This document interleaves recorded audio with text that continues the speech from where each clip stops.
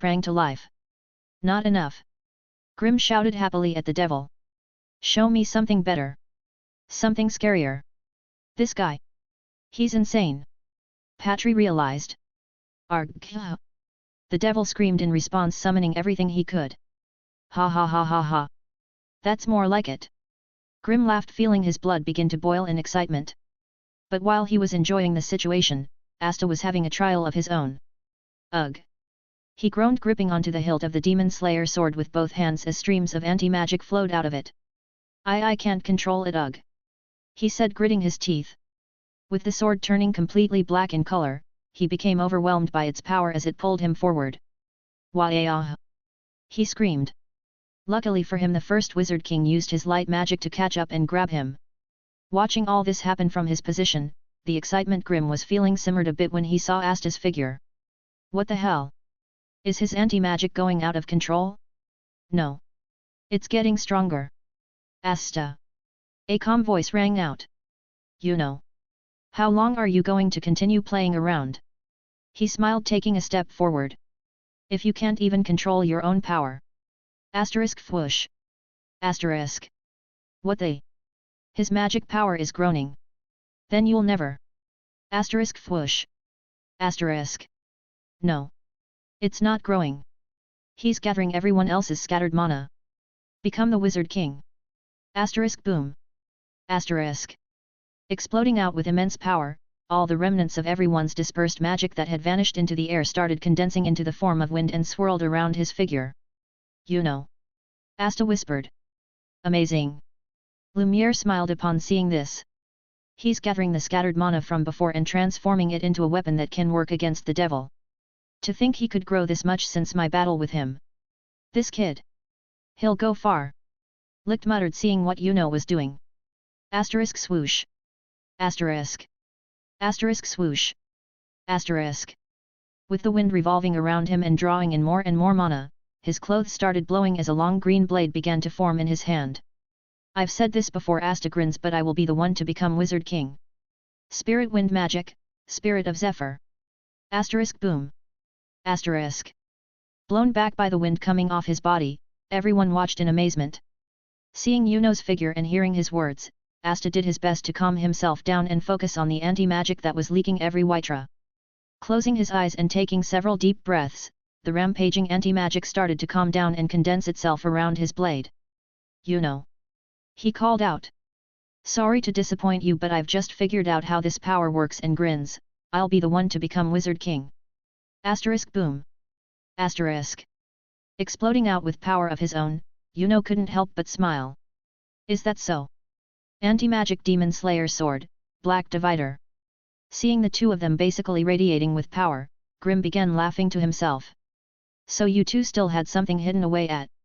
Well, I guess I should see if that thing works now that I have this elven enhancement. Grinning to himself, mana started swirling around his figure as he went ha. Asterisk boom. Asterisk. Caught off guard by the sudden eruption in mana, Patry and the others couldn't help but lose their smiles when they felt the mana around Grimm's body turn violent. Don't tell me he's powering up as well. Ha ha ha, the magic knights from this era are incredible. Lumiere. Do hear that? Asterisk boom. Asterisk. Asterisk boom. Asterisk. Asterisk boom. Asterisk. It sounds like miniature explosions. The mana in his body is going berserk. He'll break apart if this continues. What? Asta gasped. We have to stop him. He yelled, rushing forward. Asta, stop. Secret screamed. Get back. Grim roared as a wave of ferocious wind hit him dead in the chest. Arg. Asta. Yuno charged. Whilst the two were dealing with Grim, Licht and Lumiere were forced to hold off Zagred and his underworld monsters. They're targeting Grim. Licht yelled, slashing his sword. I know. Lumiere yelled back. We can't let that happen. Nodding their heads, the two friends charged up at the devil. None of you will survive. Asterisk boom. Asterisk. Asterisk boom. Asterisk. Asterisk boom. Asterisk. Ha ha ha ha ha ha, it works. Grim cried as the explosions of mana both in and around his body continued to explode. I failed so many times before, but it's finally beginning to work. It would work in this form. Wiping some blood from their lips, Asta and Yuno finally had to admit that they weren't gonna get close. Rumble. What now? Feeling the ground beneath them beginning to quake and the air start to rumble, Yuno, Lumiere, Licht and the others who could sense mana all looked in Grim's direction as if he was a monster. This mana! I've never felt anything like it before. While Lumiere was in awe, the person most shocked by all of this was Licht himself. The mana in the air, the earth, and our bodies. He's making them all tremble. With the trembling of the mana around them, dark clouds began manifesting above them as the sound of thunder rumbled out loudly. Even those still fighting on the lowered levels could sense it. No LVSFANA. As the two continued to trade blows with each other, the sudden wave of violent mana caused both girls to stop as expressions of shock and disbelief settled on their faces. Grim. Both girls said in union for very different reasons. Nozel, Rie, and Mimosa. Feeling Grim overbearing mana pressed down on them, Nozel's face twisted as memories of Nabra submitting to him rose to the surface. Clench. Mimosa on the other hand was absolutely ecstatic and regretted having to take Avria instead of being up there to witness what was happening in person. Mirioliana vs Veto. After beating him to the point of near death and then proceeding to use him as a chair, the moment Grim's mana descended this far down, a sly smile emerged on her face as her eyes lit up with a mischievous light. Highest level. As his mana continued to run rampant, the clouds above them became more and more tangible by the second. The world's mana is reacting to him. Licht said in shock, having never witnessed such a phenomenon before. Such a scale, it shouldn't be impossible. Asterisk boom. Asterisk. Ugh. Everyone yelled as they were forced to cover their faces as violent dark winds began to surround Grim's figure, transforming itself into a giant typhoon and devastating the surrounding area, causing everyone retreat. Feeling the destructive nature of both the typhoon and his mana bubbling up to the surface, Grim opened his mouth and roared. Union magic.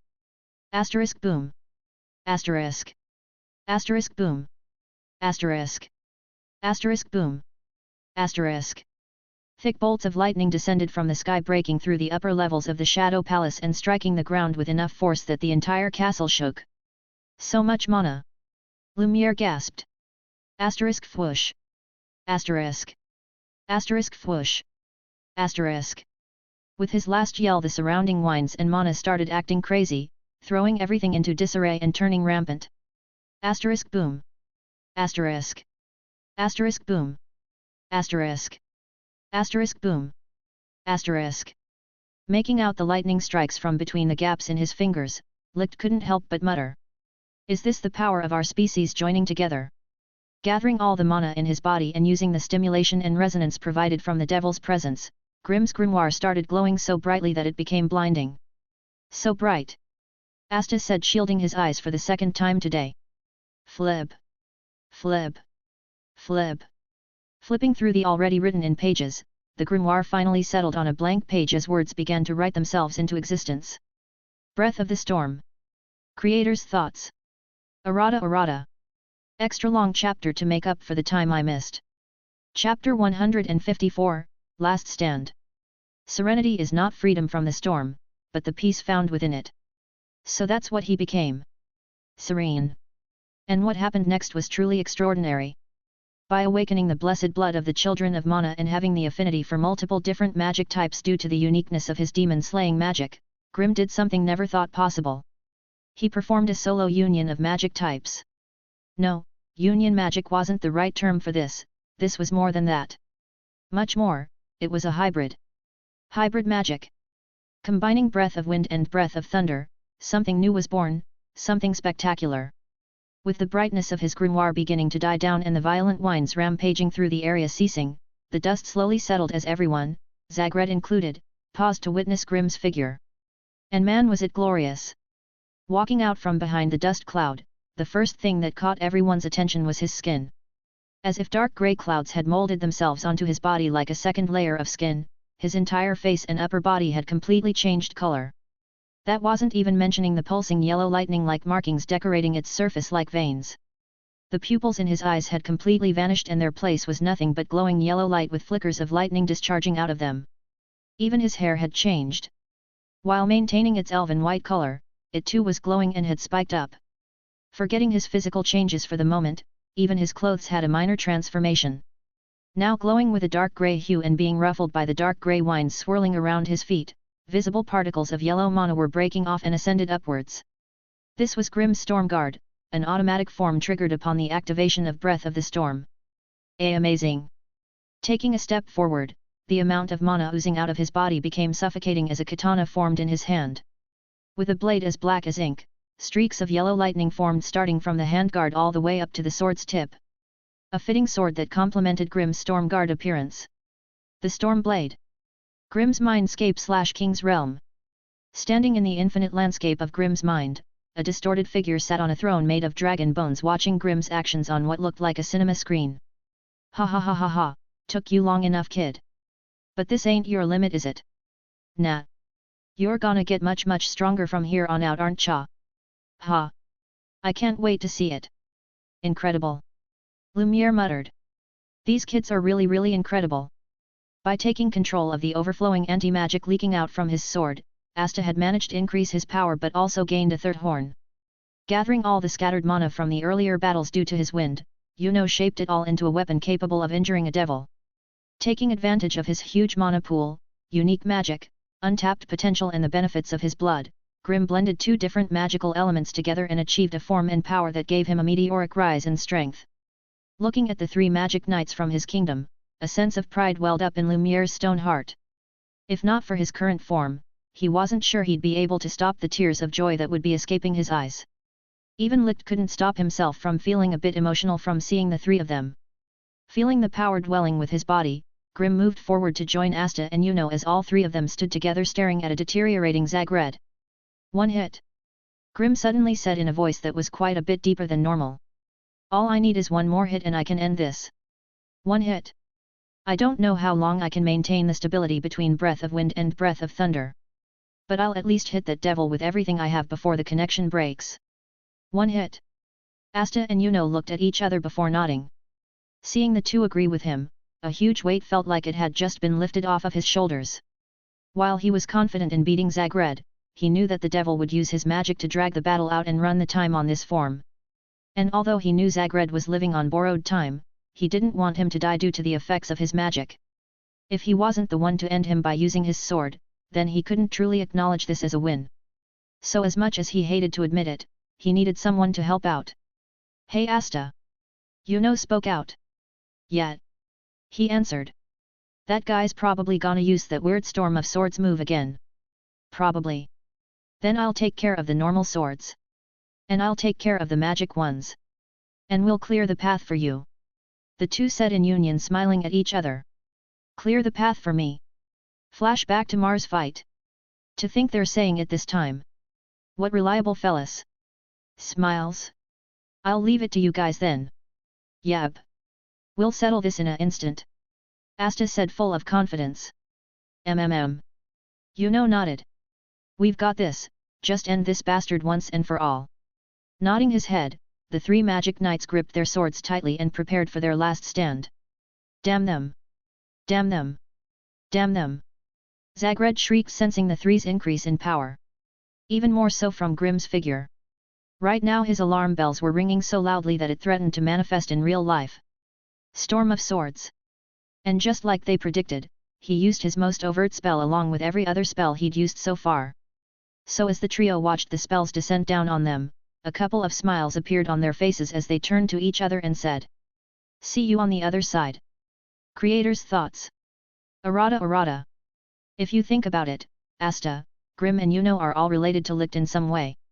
Asta has his grimoire. Yuno hosts the soul of his unborn child. Grimm, the manifestation of his human/elf dream. As for Grimm's current form, the closest comparison for it is Garu's current monster form from One Punch Man. Chapter 155, Final Word. I always wondered why I wasn't chosen by a 4-leaf clover. Why someone loved by Mana could only use a standard 3-leaf. But now I finally know. I don't need luck. Unlike Asta who needed to draw out his devil's power to fight, or Yuno who had to gather everyone else's mana to create that sword, the power I achieved, the breath of the storm, was all my own. While those two relied on external support to power up, my power came from within. The overwhelming mana and potential housed in this body more than made up for anything else I was lacking. As for why I was able to perform solo union magic, the reason was actually quite simple. After Luck came back from their trip in the underwater sea temple, he told me about how he and Magna combined their lightning and fire attributes to form a new powerful spell that eclipsed anything they had in Vidivuli. Since then I've been trying to gradually fuse two different attributes of my own magic together without success. But then everything changed when I awakened my dormant blood. Despite being loved by Mana in my human form, I wasn't able to blend those attributes together, but once I achieved my elven form I understood everything. And while it took some getting used to, it became obvious that in this form Mana no longer loved me. It worshipped me. And what do you do when something worships you? You take advantage of it. Having Mana basically bending over backwards for me, I forcibly fused the two elements together and achieved this new power. Unfortunately my body wasn't strong enough to house the violent nature of the storm. This led to the creation of the Storm Guard, a form that augments my body into a state capable of utilizing breath of the storm without it tearing me apart from the inside. Watching Asta and Yuno's figure flash through the sky to block off the descending storm of swords, I breathed in deeply as memories of the past flashed through my mind. Surviving the witch's forest. The daily spars with Sister Teresa. Working with Rebecca in the restaurant. Meeting the Black Bulls. Everything I'd ever done involved training in one form or another. And now I'd meet the very thing my magic was made to fight again. How could I not feel excited? But now that very same enemy was going to die as a side effect of my magic. I should be proud. Overjoyed. But why is it that I feel disappointed? I'm winning, aren't I? But do I want to win this way? Yeah, he might die because of me, but could I really say I killed him? If anything, the thing that ended him would be my magic and not me. And I refuse to lose to anything. Even my own magic. A/N, Grimm-based AF. You hear me, King? If the devil is gonna die, it'll be because of my blade. Not the magic you chose for me. Crackle. I will win this. Crackle. I will beat him. Crackle. So keep sitting there like you always do. Crackle. And watch me. Asterisk boom. Asterisk. Asterisk whoosh. Asterisk. Whoa, what the? With wind and lightning crackling and swirling around his figure, like the calm before the storm, everything turned silent then. Asterisk boom. Asterisk. He unleashed the storm.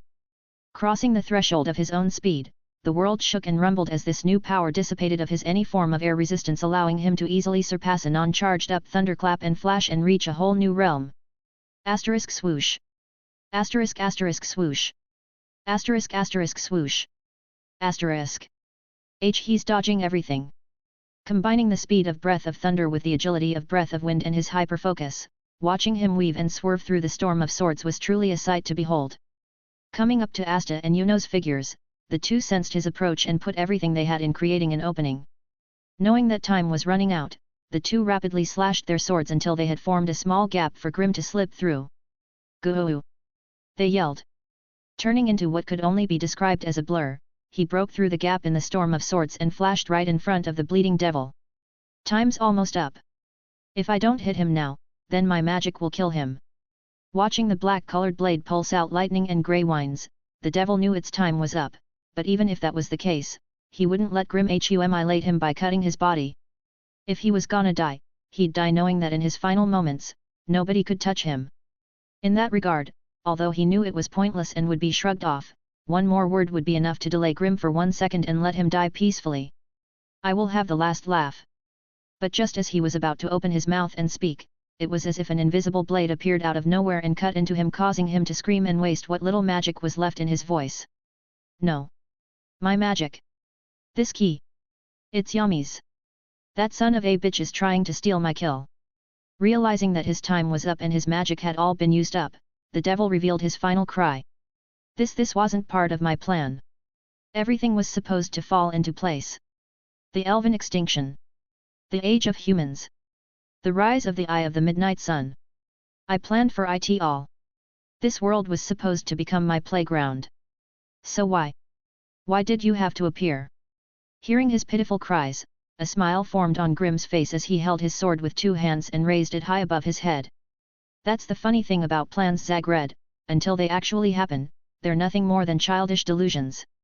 Who are you? Grins. I'm a demon slayer. And with that, Grimm brought his blade down.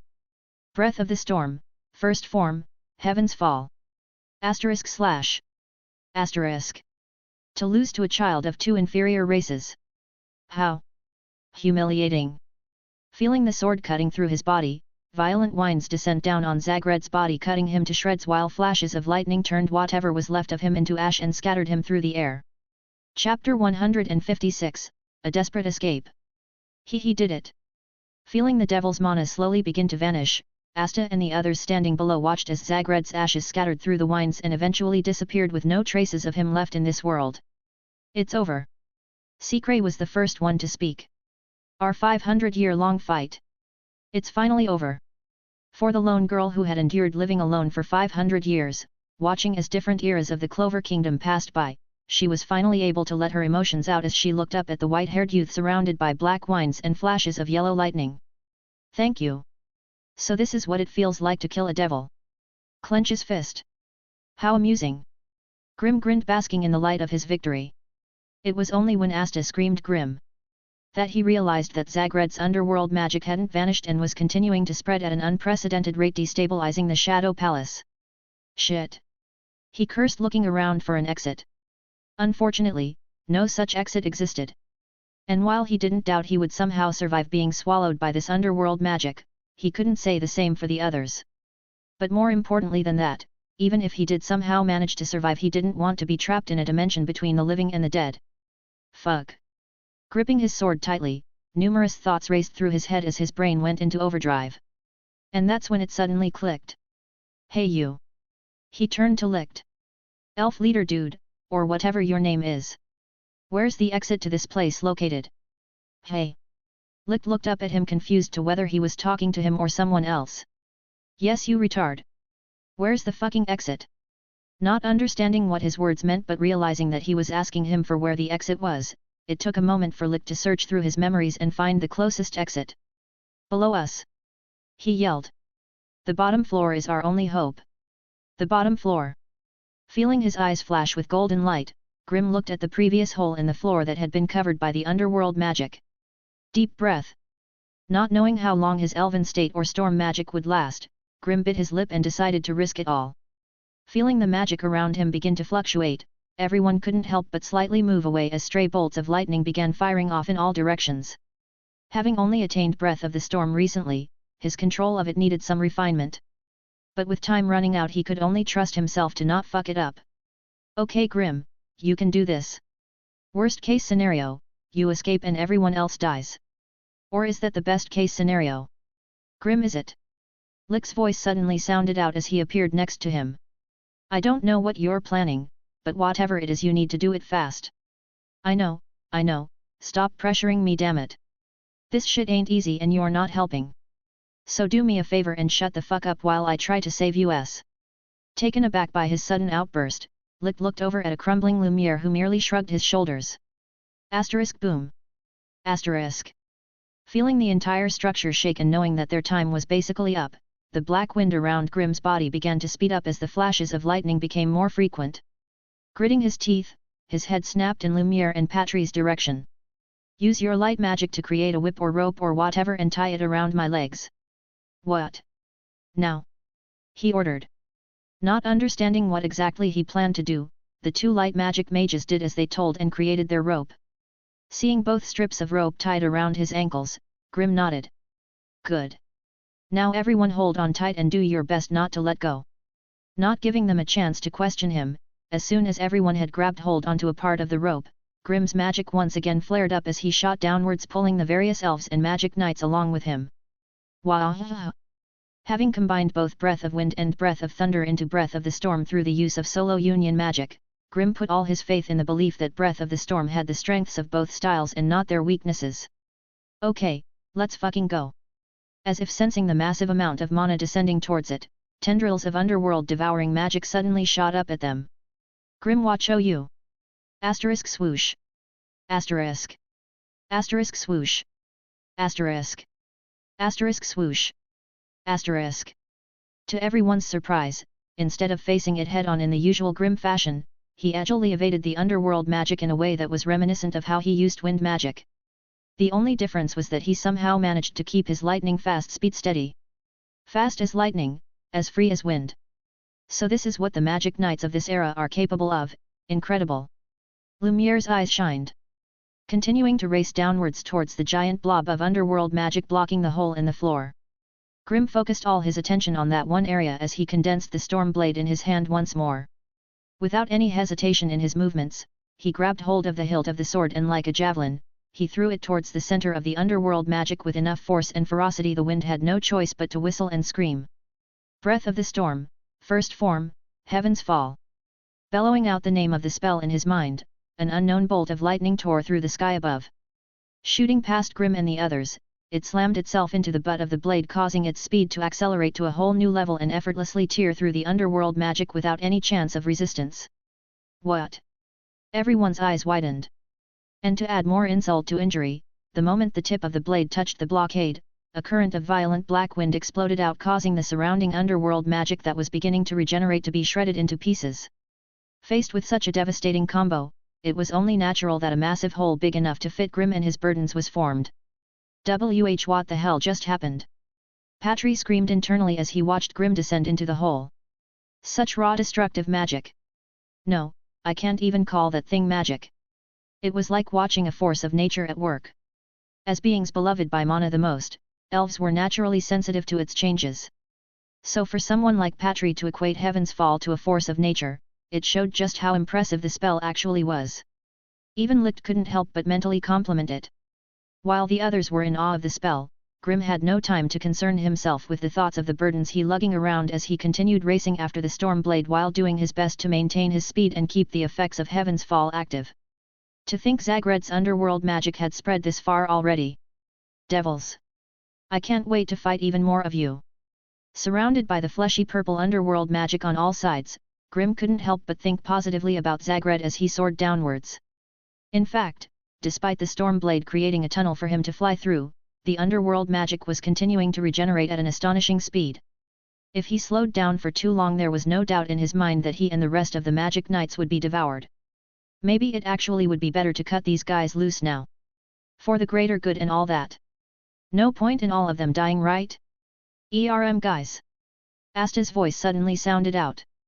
Is it just me, or is the tunnel behind us beginning to close faster than before? Hearing Asta's words, everyone besides Grim turned their heads to look back. The space above us has already been devoured, causing the rate of the underworld magic's growth to accelerate. Licht explained, looking towards Grim, whose face was starting to show signs of fatigue. Chapter 157, Temple Run. He's beginning to reach his limit. Seeing the sweat begin to form on Grim's face and feeling the random drops in speed, Licht realized just how bad things were beginning to look for them. With the space above them devoured and the sudden increase in the underworld magic's regeneration exposed, any drops in speed could prove fatal. Elf leader! Grim suddenly called out. How much more floors to go? Looking at his sweat-covered face, Licht had no choice but to harden his heart and place his faith in the young half-elf. 3. He responded through grit teeth. 3. Are you fucking kidding me? You think I can make it through 3 more floors carrying your fat asses? Shit. At the rate I'm losing speed, it won't be long before the underworld magic's regeneration catches up with us. Not to mention that I'm burning through this elven power just trying to maintain Breath of the Storm. Feeling the effects of having his mana run out for the first time since reincarnating into this world, Grim began to seriously weigh the pros and cons of cutting these guys loose. Having just fought for an entire day against the Eye of the Midnight Sun, an army of reincarnated elves, an elf leader whose power rivaled the first Wizard King and a devil, the fact that he was capable of carrying Licht and the others while keeping Heaven's Fall active for this long could already be considered a miracle. By now everyone else had begun to notice Grim's failure to maintain his speed and began to panic. Damn it! Patry cursed, seeing the underworld magic only a couple of feet away from them. Is this really the end? Feeling the atmosphere around them beginning to darken, Grim turned to look at the 2 strips of rope tied around his ankles. I can't die here. Not now that I've discovered that there's a whole world of powerful beings for me to slaughter.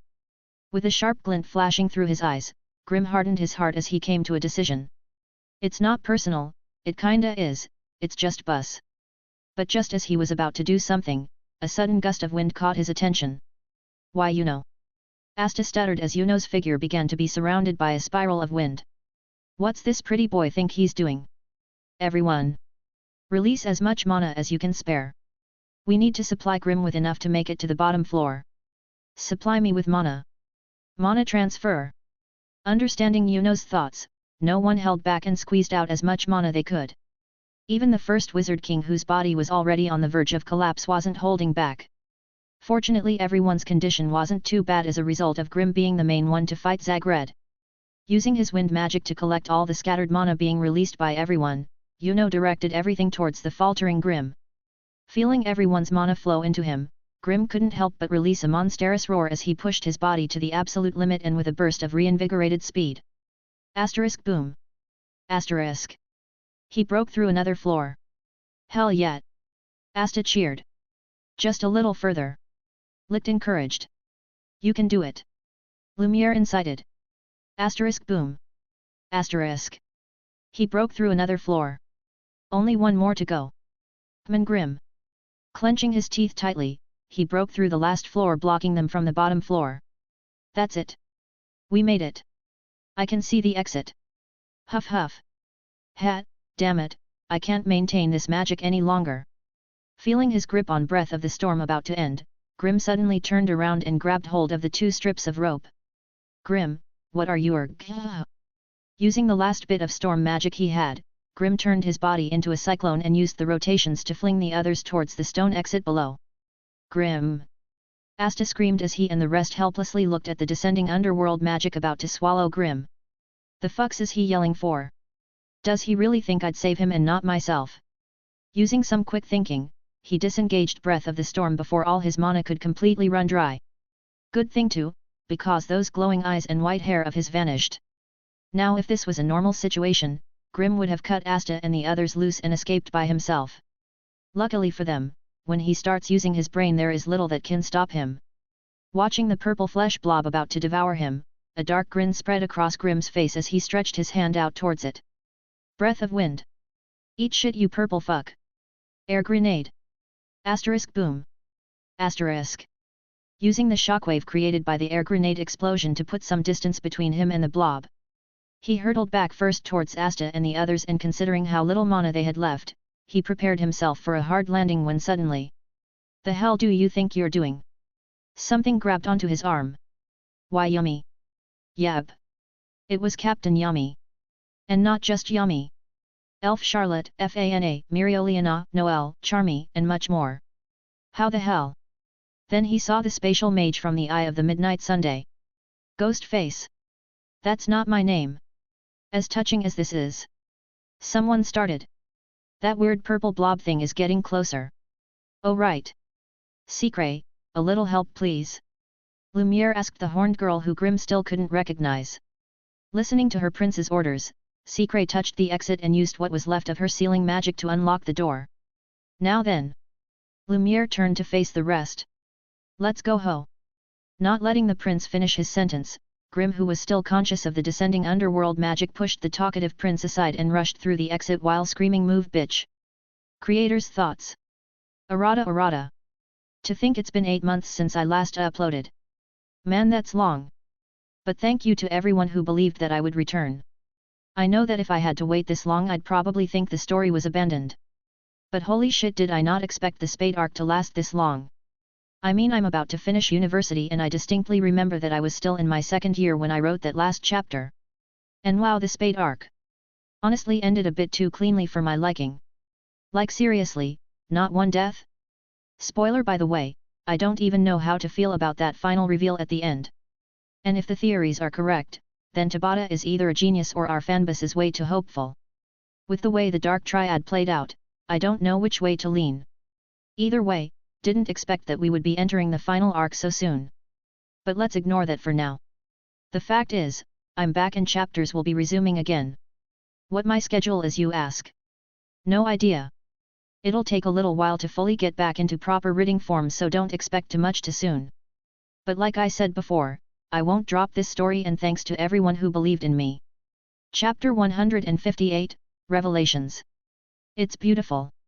While everyone stood in awe at the sight of William Vengeance's ethereal world tree magic and the demon destroyer sword slowly drawing the elven souls towards them and undoing the reincarnation magic, Grimm comfortably sat on a piece of destroyed wall and chowed down on Charmy's mana recovery food whilst being spoon-fed by an overly happy Mimosa Vermilion. "Hey cub!" A voice suddenly sounded out next to them. Even without turning his head, Grimm already knew who it was and was able to keep his calm. Mimosa on the other hand. Mirioliana. Grins. As helpful as ever, Mimosa. She grinned, seeing her holding Grimm's spoon for him. Turning bright red in the face, the young Vermilion girl started stuttering her words as a feeling of embarrassment took hold of her. I. Smiling at the sight of her stuttering younger cousin, the temporary captain of the Crimson Lions returned her attention back onto the unusually quiet Grimm. "Heard you went pretty crazy in there." Flashback of Zagred screaming. Normal Tuesday. He shrugged, looking over at Fana, Rie, and a weirdly young Veto. "Who the hell is that guy?"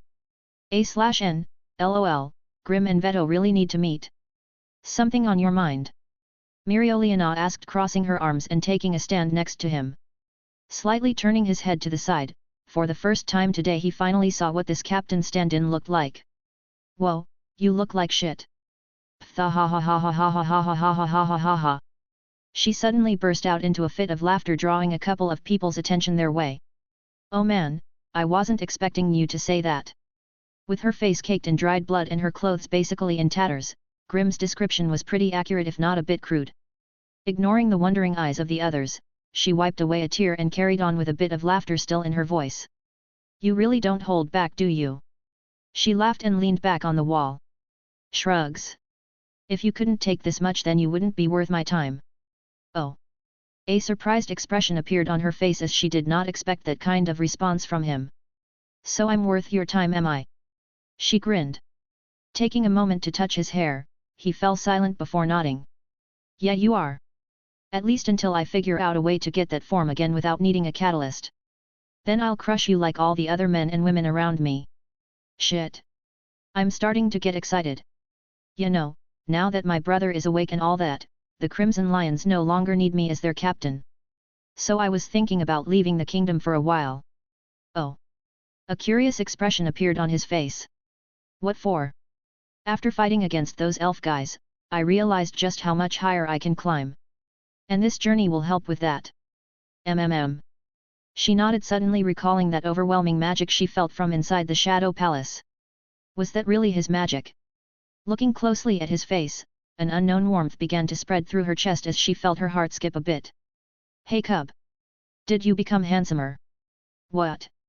Calling out one of his swords, he looked at himself in the blade's reflection and was shocked by what he saw.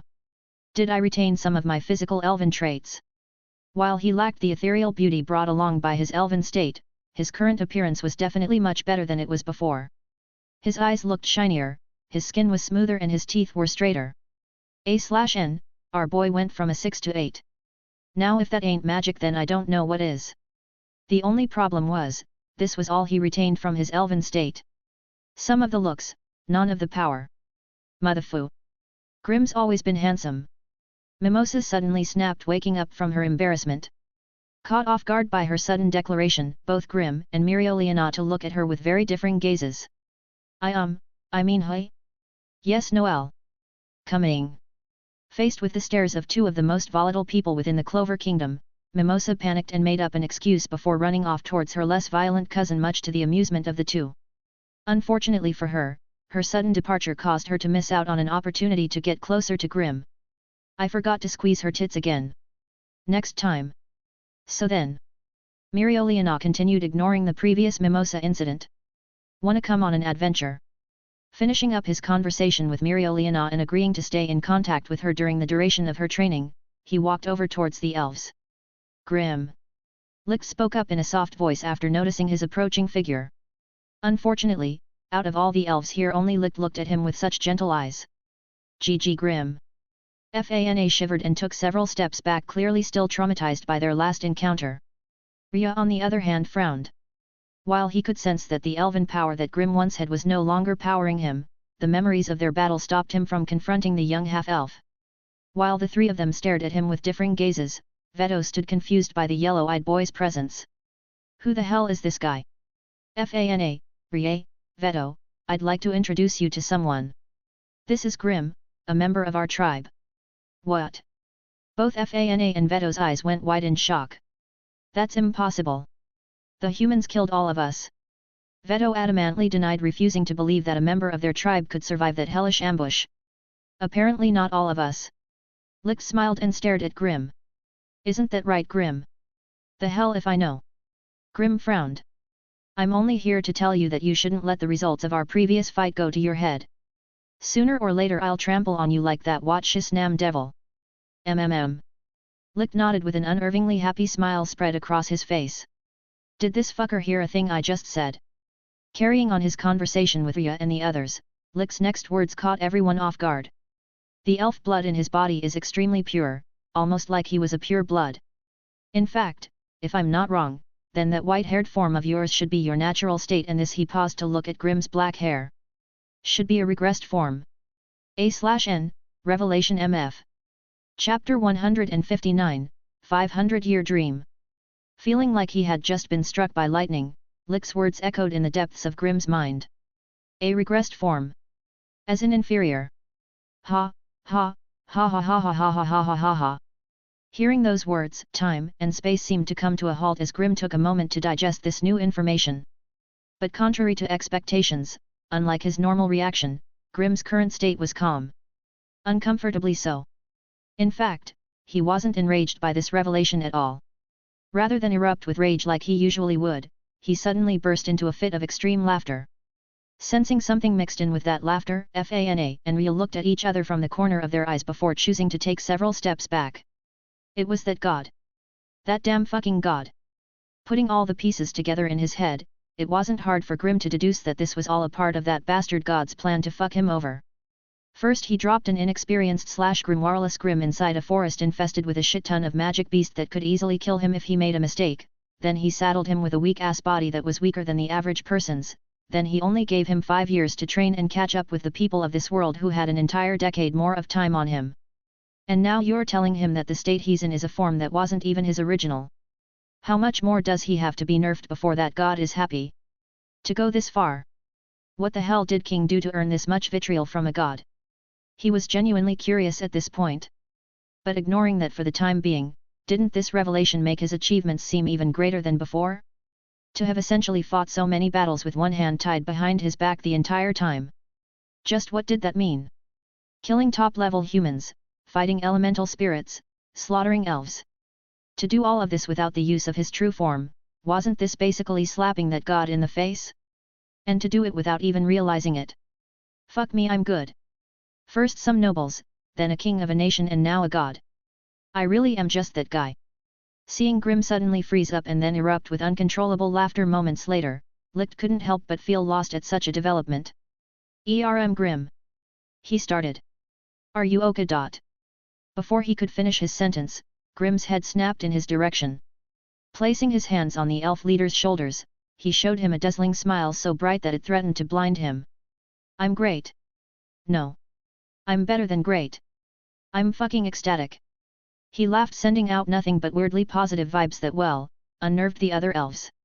Having thought that he had gotten a good grasp of Grimm's personality from seeing the way he acted towards the others inside the Shadow Palace, Grimm's current condition confused him greatly. Fana and Rhea on the other hand couldn't help but raise their guard once they saw the smile on his face. Having experienced Grimm's smiling face before, the two felt anything but calm when seeing it. To put it into simple words, that smile of his, it was uncomfortable. This was especially true for Fana.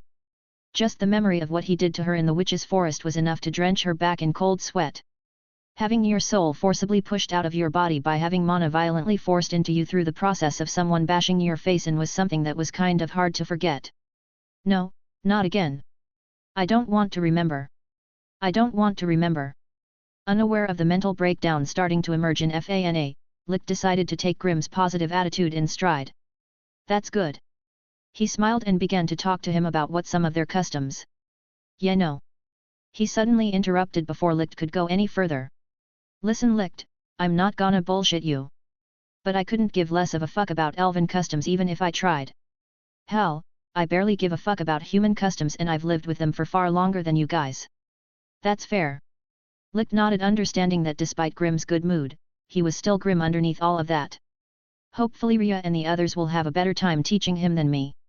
Hey Lumiere! He called over his best friend.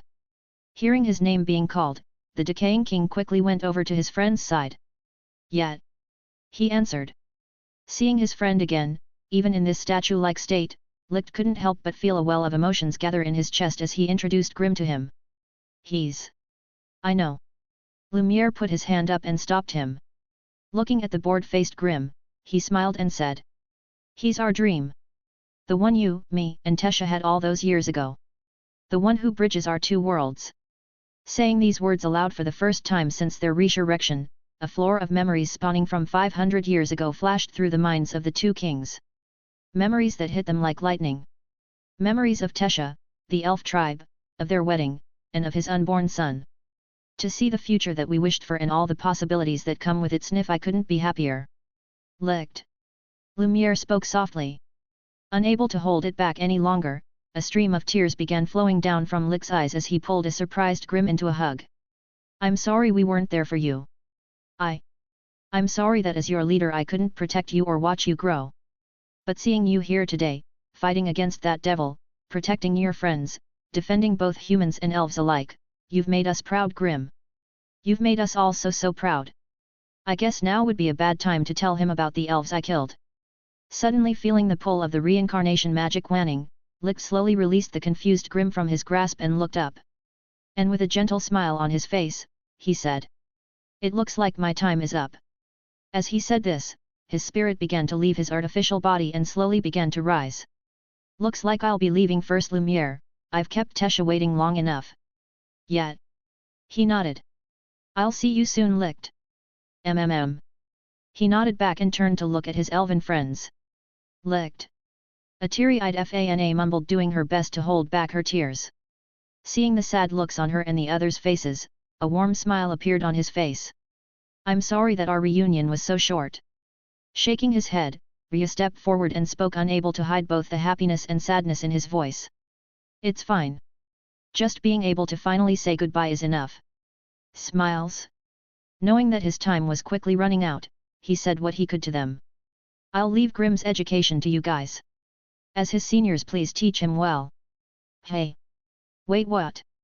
Licht carried on. And you, Grimm. Thank you for fulfilling my greatest wish. Thank you for being born. Turning to Asta and Yuno, Licht said a few more words before ascending with the rest of the reincarnated elves and vanishing from sight. Chapter 160, Signal. While Grimm and the rest of the Clover Kids were dealing with Licht's departure and Lumiere's body breaking, over at the Heart Kingdom, Queen Lolopeka sat upon her royal throne watching the scene with teary eyes. Dressed in a manner unbefitting of a ruler, the spectacle-wearing young woman bawled her eyes out while her guardian and mother figure, the water spirit Undine, held a handkerchief to her nose. There. She comforted. It's just Sniff, so sad, Sniff. Smiling at Lolopeka's compassionate heart, it took a minute for Undine to calm her down and move the conversation onto a more serious topic. Do you think they stand a chance? She asked, looking solely at Grimm and Asta. Sniff, I don't know. She said, wiping away her tears. After spending several months spying on the Clover Kingdom, Lolopeka had gained a good understanding of the Black Bulls and the kingdom's current magic knights. But out of all of them, only Asta and Grimm were able to grab her attention. The magic-less boy who humbles the magically gifted and the battle-driven commoner who makes those bow to him through charisma or force. Both extraordinary in their own ways. And both capable of killing devils. What do you think of the half-elf one? Lolopeka asked. Is he arcane? Staying quiet for a minute, Undine thought about the question before eventually shaking her head. Honestly, I don't know. Looking at it from a normal perspective, his magic is definitely weird but not really arcane. But then knowing the name of his magic and seeing what it did to that devil, it obviously has some arcane qualities to it. I think it'd be more appropriate to say that his magic borders between arcane and the normal stages. You mean he's half arcane? I guess you put it like that. But what worries me isn't his magic nature. It's his actual nature. He's way too volatile for us to deal with. There's a high chance that he'll attack us just to see how far he can go. I know. Lolopeka nodded before smiling and bringing up a live video of someone else. That's why we'll have Gaja suppress him. Looking at the image of their kingdom's zero-stage mage, Undine made a surprised sound. Gaja? But with his current rate of growth Gaja won't be able to keep. I know. She interrupted. But putting all our trust into Asta isn't a smart choice. Even with anti-magic abilities it isn't guaranteed that we'll win. At least with Grimm on our side our chances of winning are much higher. Besides, that rate of growth is what I'm counting on. Back at the Clover Kingdom. Well, that was anticlimactic. Grimm yawned impolitely after Lick's figure vanished. Seconds after saying those words, the eyes of the remaining elves locked onto his figure with a not-so-friendly look to them.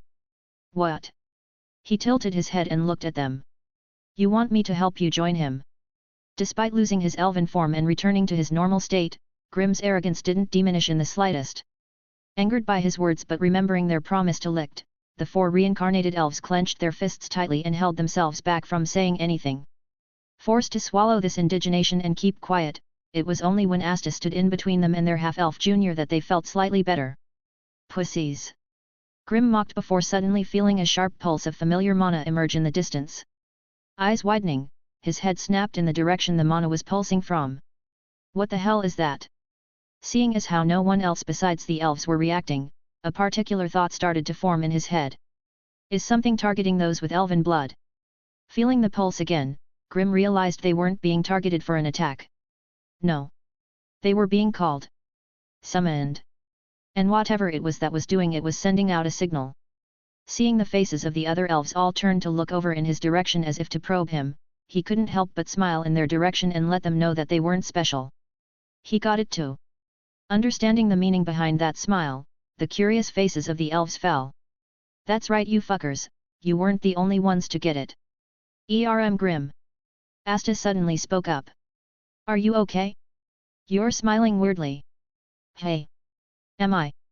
Unable to hide it, he simply said ignore it and carried on. Oh, okay. I was just surprised is all. Surprised? Yet. He nodded.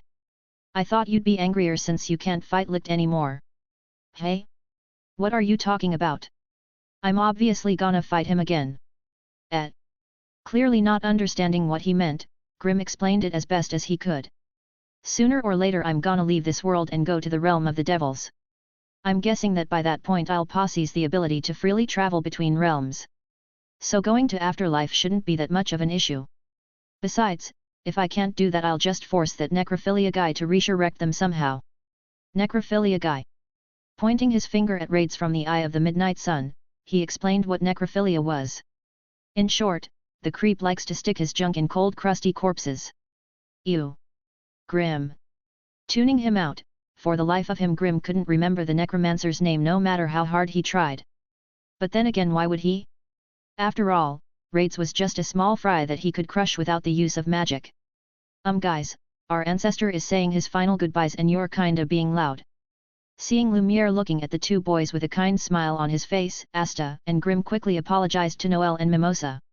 Oh shit, sorry Noelle. Grimm said looking sorrowful. Here, take this. I hope it's enough to convey my apologies. He held his hand out towards her.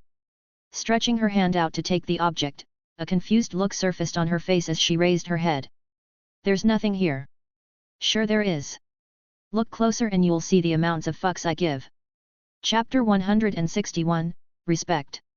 Grinning at the stunned look plastered across Noelle's face, Grimm basically grabbed the front of her face and pushed her aside. And you? He turned to face the black-haired girl standing next to the stone prince. You're Asta's weird bird, right? How'd you turn into a human? Weird bird. Secret sounded offended and tried to understand how she came across as weird. Yet, you kept following us around and watched us whenever we bathed. Wait, what? Noelle and Mimosa's head snapped in Secret's direction. But seeing you now looks her up and down. I'm kinda glad I didn't eat you back then. Practically teleporting behind her, he pulled and rubbed the little horns attached to her head. Whoa, they're real. Hey, stop that. Secret moaned, turning red in the face. Watching Secret getting teased by Grimm and his descendants, Lumiere couldn't help but break out in harmonious laughter at the heartwarming sight laid out before him. Looks like you'll be fine even without me. Your Highness. Secret called out with tears in her eyes. Stop playing with her horns, Grimm. Noelle snapped, feeling a pang of jealousy well up in her chest. Yet. Mimosa jumped in. If you want to play with anyone's head, it shall be mine. Unfortunately for them, Grimm shut them both down with a simple sentence. But y'all are hornless. Realizing that the problem was something that they couldn't compete with, both girls of royal blood held their heads low while a look of dejection appeared on their faces. Okay, I'm bored now. The moment he let go of her, Secret jumped away with both hands on her head covering her horns. Combined with the fact that she was a bright shade of red and that she was hiding behind the prince, the glare she sent Grimm's way came off looking more cute than threatening. So Wizard Key. Crack. Before he could finish his sentence and challenge the first Wizard King to a spar, several cracks began spreading throughout the prince's stone body. Oh. The prince looked down at his body before smiling. Looks like my link to this body is weakening. Your Highness. Secret whispered, understanding that her reunion with the prince was coming to an end. Secret. Lumiere said her name softly and gently stroked her cheek. I know I have no right to ask this of you. Not after the last 500 years you spent watching over the kingdom in my place. But please, guide them towards the future we strived for. I sniff, I don't want you to go. Smiling and caressing her face, he turned to look at Grimm and the others. 500 years ago, when I expended everything I had, it should have been it for me then and there. But thanks to you I was not only able to protect the future, I was able to see a world where my descendants are happy, a commoner boy who has the potential to be the next Wizard King, and the manifestation of mine and Lick's dream standing next to all of them. Turns to look back at her. All of this, it was all possible because of you. Smiles gently. Thank you, Secret. I was so happy to be able to serve you for so long. I was truly happy. As was I. The prince smiled as the sound of his body breaking became more and more audible. I guess it's time for me to go. I'll leave the future of the Clover Kingdom in your capable hands. Smiling one last time, he left a single sentence behind before turning into dust and scattering with the winds. I know you'll make me proud. Falling to her knees, it took everything Secret had to hold back her tears. Your Highness. She mourned. Sigh. Using what little magic he had recovered, Grimm walked up next to kneeling Secret and turned on Breath of the Wind. With that familiar green hue surrounding his body, he held his arm out and used his magic to create a gentle stream of wind that would help scatter the Wizard King's remains all over the Clover Kingdom. Grimm. She raised her head and looked up at him. Don't think about it too deeply. He waved her off. I'm just paying my respect to the strongest mage of his time, nothing more. I thank you. A/N, probably the nicest thing Grimm has ever done. Without saying anything in return, he stuffed his hands into his pocket and turned his back on her. Jumping off the edge of the platform they were standing on, he floated down to the ground. Man, how long has it been since I properly walked on the ground? With his mana still in the recovery phase, he didn't want to impede its speed by wasting it on him levitating off the ground. Speaking on recovery, he was in desperate need of rest. Looking at the destroyed city ahead of him, he couldn't help but wonder how much of it was due to him. His battle with Elf Luck stretched throughout the entire capital. Not to mention the amount of random elves he encountered and killed off. Thinking about it now, he was probably responsible for a lot of collateral damage. Most of which could have been avoided if he wasn't power tripping on his newly awakened elven state. Shrugging his shoulders, he figured he could just blame it all on needing to protect the kingdom's citizens. After all, there were plenty of people who saw him fight. Even if his hair was a different color and he was somewhat better looking, there was no way that the grim-loving commoner populace wouldn't recognize him. It's almost too easy. Laughing to himself, he walked into a destroyed pastry shop and raided the food that hadn't been crushed or covered in dust. As for payment? Saving the kingdom should be payment enough. And if they disagreed? He didn't mind introducing them to one of his many swords. Chapter 162, Moving Forward. 3 days after the fight with Zagred ended, Grim finally awoke from a long slumber. Due to having drained his mana so much for the first time in his life alongside the huge amount of stress accumulated within his body, he fell into a coma that had Asta and the rest of the Black Bulls worried for days. Luckily for them, when he finally woke up there seemed to be nothing wrong with him physically or mentally. Outside of his usual grim-like attitude, he seemed perfectly fine. Even the doctor attributed it to him being highly fatigued. Outside of that though, the entire kingdom was up in arms over the Magic Knights attacking the people they were sworn to protect. Of course none of them knew that the Magic Knights were actually being possessed by a race that had been wiped out 500 years prior and forgotten in the annals of history. Not that any of this mattered. People would only believe what they could see after all. And what they saw wasn't pretty. For the first time in the history of the Clover Kingdom, the popularity of the Magic Knights had hit an all-time low. The citizens were on the brink of rioting. Widespread destruction throughout every corner of the kingdom, unknown number of deaths and hundreds of children made orphans. Right now the kingdom needed someone to blame. Someone to receive the public's anger. Someone to be their scapegoat. On the other hand, Grim's popularity was soaring like never before. Ignoring the giant glowing tree that everyone recognized as Captain Vengeance's magic, news of Grim's exploits in defeating the rogue Magic Knights and bravely defending the innocent quickly spread throughout the nation. It had reached that his initial Fang Club had evolved into something akin to a cult one that was dedicated to spreading his name far and wide and preaching his glorious deeds to all those capable of understanding. And so, the cult of Grim was created. What the actual fuck? Grim thought to himself as he read the newspaper. Just how much has happened in these past 3 days? They're even speculating on the real color of my hair now. Shaking his head, he couldn't help but be amused at the fact that they were calling him a hero. If only they knew how many of those families had been indirectly killed by his actions. Not like it mattered to him though. Those people weren't even an afterthought in his mind. The word guilty was practically foreign to him. Laughing at the situation he had found himself in, he looked down at the silver-haired woman whose head was bobbing up and down between his legs. I wonder how many nobles were injured. He muttered, thinking of the many noble ladies he had shared a night with. It'd be a shame if some of them died. Looking down at Nabra, who was still busy working her mouth, Grim closed his eyes and checked his body again. Ever since waking up, he had found it hard to believe the amount of changes that had happened in his body while he was asleep. It looks like fatigue wasn't the only reason I slept for 3 days. Compared to how he was prior to the elf invasion, it seemed that his elven state had left a qualitative change in his body.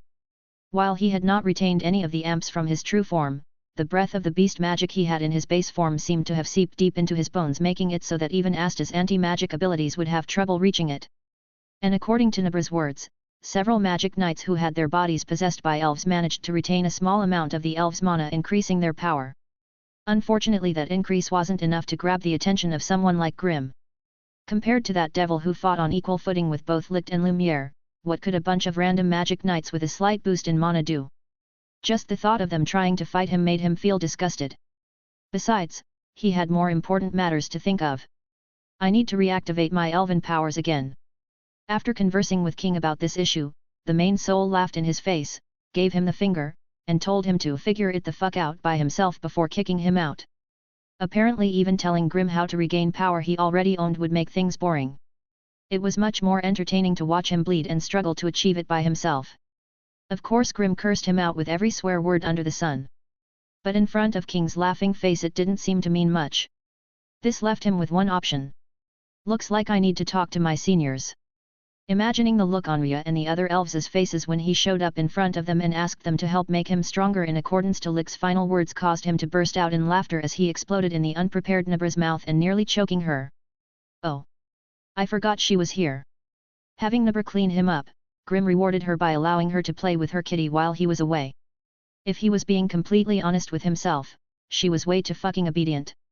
It was to the point that it made training her incredibly boring. What he thought would be a fiery and proud noble turned out to be nothing more than a paper tiger that would crumble with a simple blow. It was almost like she was made for this. Fortunately for him, he had still had another Slav maid. Who are we kidding? He had another slave to train. Recalling Serena, woman he had gotten his divination magic from, he couldn't help but chuckle at the memory of their first meeting. He knew that she hated and wanted nothing more than to see his body turn into a corpse. Too bad the contract between them made her ability to that impossible. Nabra. He suddenly called. Yes, master. She stood up with a lowered head. Yet, she adapted way too fast. Go to Serena's shop and get me as much wearable monolimiters as possible. Chapter 163, Compensation. Honestly, who gives a shit? Ignoring the shocked stares of Asta, Yami, Noel, Mimosa, and Secret, Grimm's eyes lay flatly on the young Wizard King. Younger or not, you've lost the power that made me interested in you in the first place. Grimm, what are you? I'm done. What? Closing his eyes and taking a deep breath, he stared solely at the Wizard King with a dull expression. After my fight with the devil, I realized that I had already surpassed the power level of a captain. All that was left was you, the Wizard King. The strongest being in the entire kingdom, you were my last benchmark. But now, you're not even worth me using my swords against. So yeah, I'm done. This kingdom no longer has anything worth staying around for. So deuces. Throwing up 2 fingers and flashing them a smile, Grimm turned on his heels and left the room. Unable to understand what had just happened, Asta, Noel and Mimosa stood in stunned silence while Yami intentionally stayed quiet. As the person who probably understood Grimm the best out of everyone in the room, he knew that the only thing Grimm really wanted was strong opponents to face off against. Despite losing that overwhelming power that Asta had reported to him about, there was no way that someone as arrogant as Grimm, who had once surpassed the level of a captain, would put a captain, himself included, in his eyes any longer. Besides that, the last thing Yami would ever do was restrict the freedom of his squad members. What a troublesome brat! Wait! The Wizard King suddenly yelled. Hey! Grimm paused and looked back. What? He asked. Deep breath. You're right. Wizard King. Putting his hand up, he shook his head at Noel. As I am right now, there's no possible way that I can live up to your expectations. But I believe that what I'm about to say next will make you reconsider leaving the kingdom. Oh? Pretty confident ain't ya, you damn catfish? Catfish? After getting the report from Asta about Grimm's fight with the devil, him leaving the kingdom at this time would put them at a huge disadvantage for what was to come. For the future of our kingdom, I can't let someone capable of fighting a devil go like this. Right now our kingdom is facing a crisis like never seen before. With the loss of many of our magic knights, partially Grimm's fault, and without the power of the Wizard King backing us, we're now open to attacks by foreign nations. Foreign nations?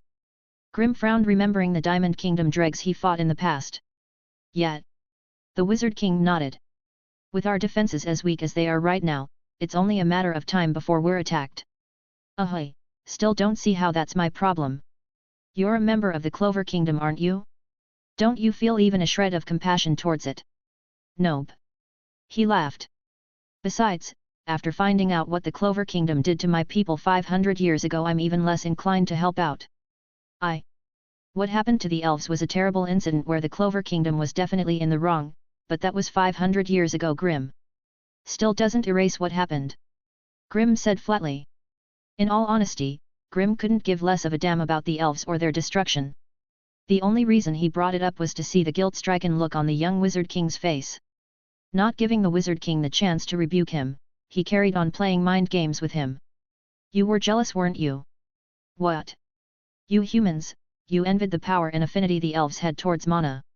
You understood that no matter how hard you tried or how much effort you put in, your species was simply inferior to theirs. So what did you do? You let a devil manipulate you and wiped out the peaceful elves who had never lifted a finger against you. To get rid of that inferiority complex of yours, you genocided an entire species. And now you're asking me to defend that very same kingdom? Are you out of your fucking mind? Shut the fuck up! Grimm yelled, making the Wizard King take a step back and forcing him into silence. The nerve of you to ask for my help. The moment I killed that devil, my debt to this shitty kingdom had already been repaid. I no longer owe you guys shit. I didn't mean it, Lee. Like what? Human? Cause it sounds like you were about to make someone with elven DNA work under you again. As the only two individuals in the room being directly related to the people who ordered and took advantage of the elves' destruction, Noel and Mimosa felt that Grimm's words were being targeted towards them. As for Asta, he was trying to think of a way to calm his friend down. But the more he heard, the less confident he felt in being able to help positively. Secret on the other hand had nothing to say at all. Everything Grimm said was right. Having been there 500 years ago and having worked in the castle, she knew better than anyone the royals' feeling towards the elves. Grimm himself was living proof of that. Using only his human side he was able to rise through the ranks of magic knights and could directly challenge several magic knights and defeat a vice-captain. But the moment he had gotten access to his elven side his power superseded that of a captain in an instant. In the face of that kind of power, it was no wonder that the royals felt as threatened as they did. Grimm.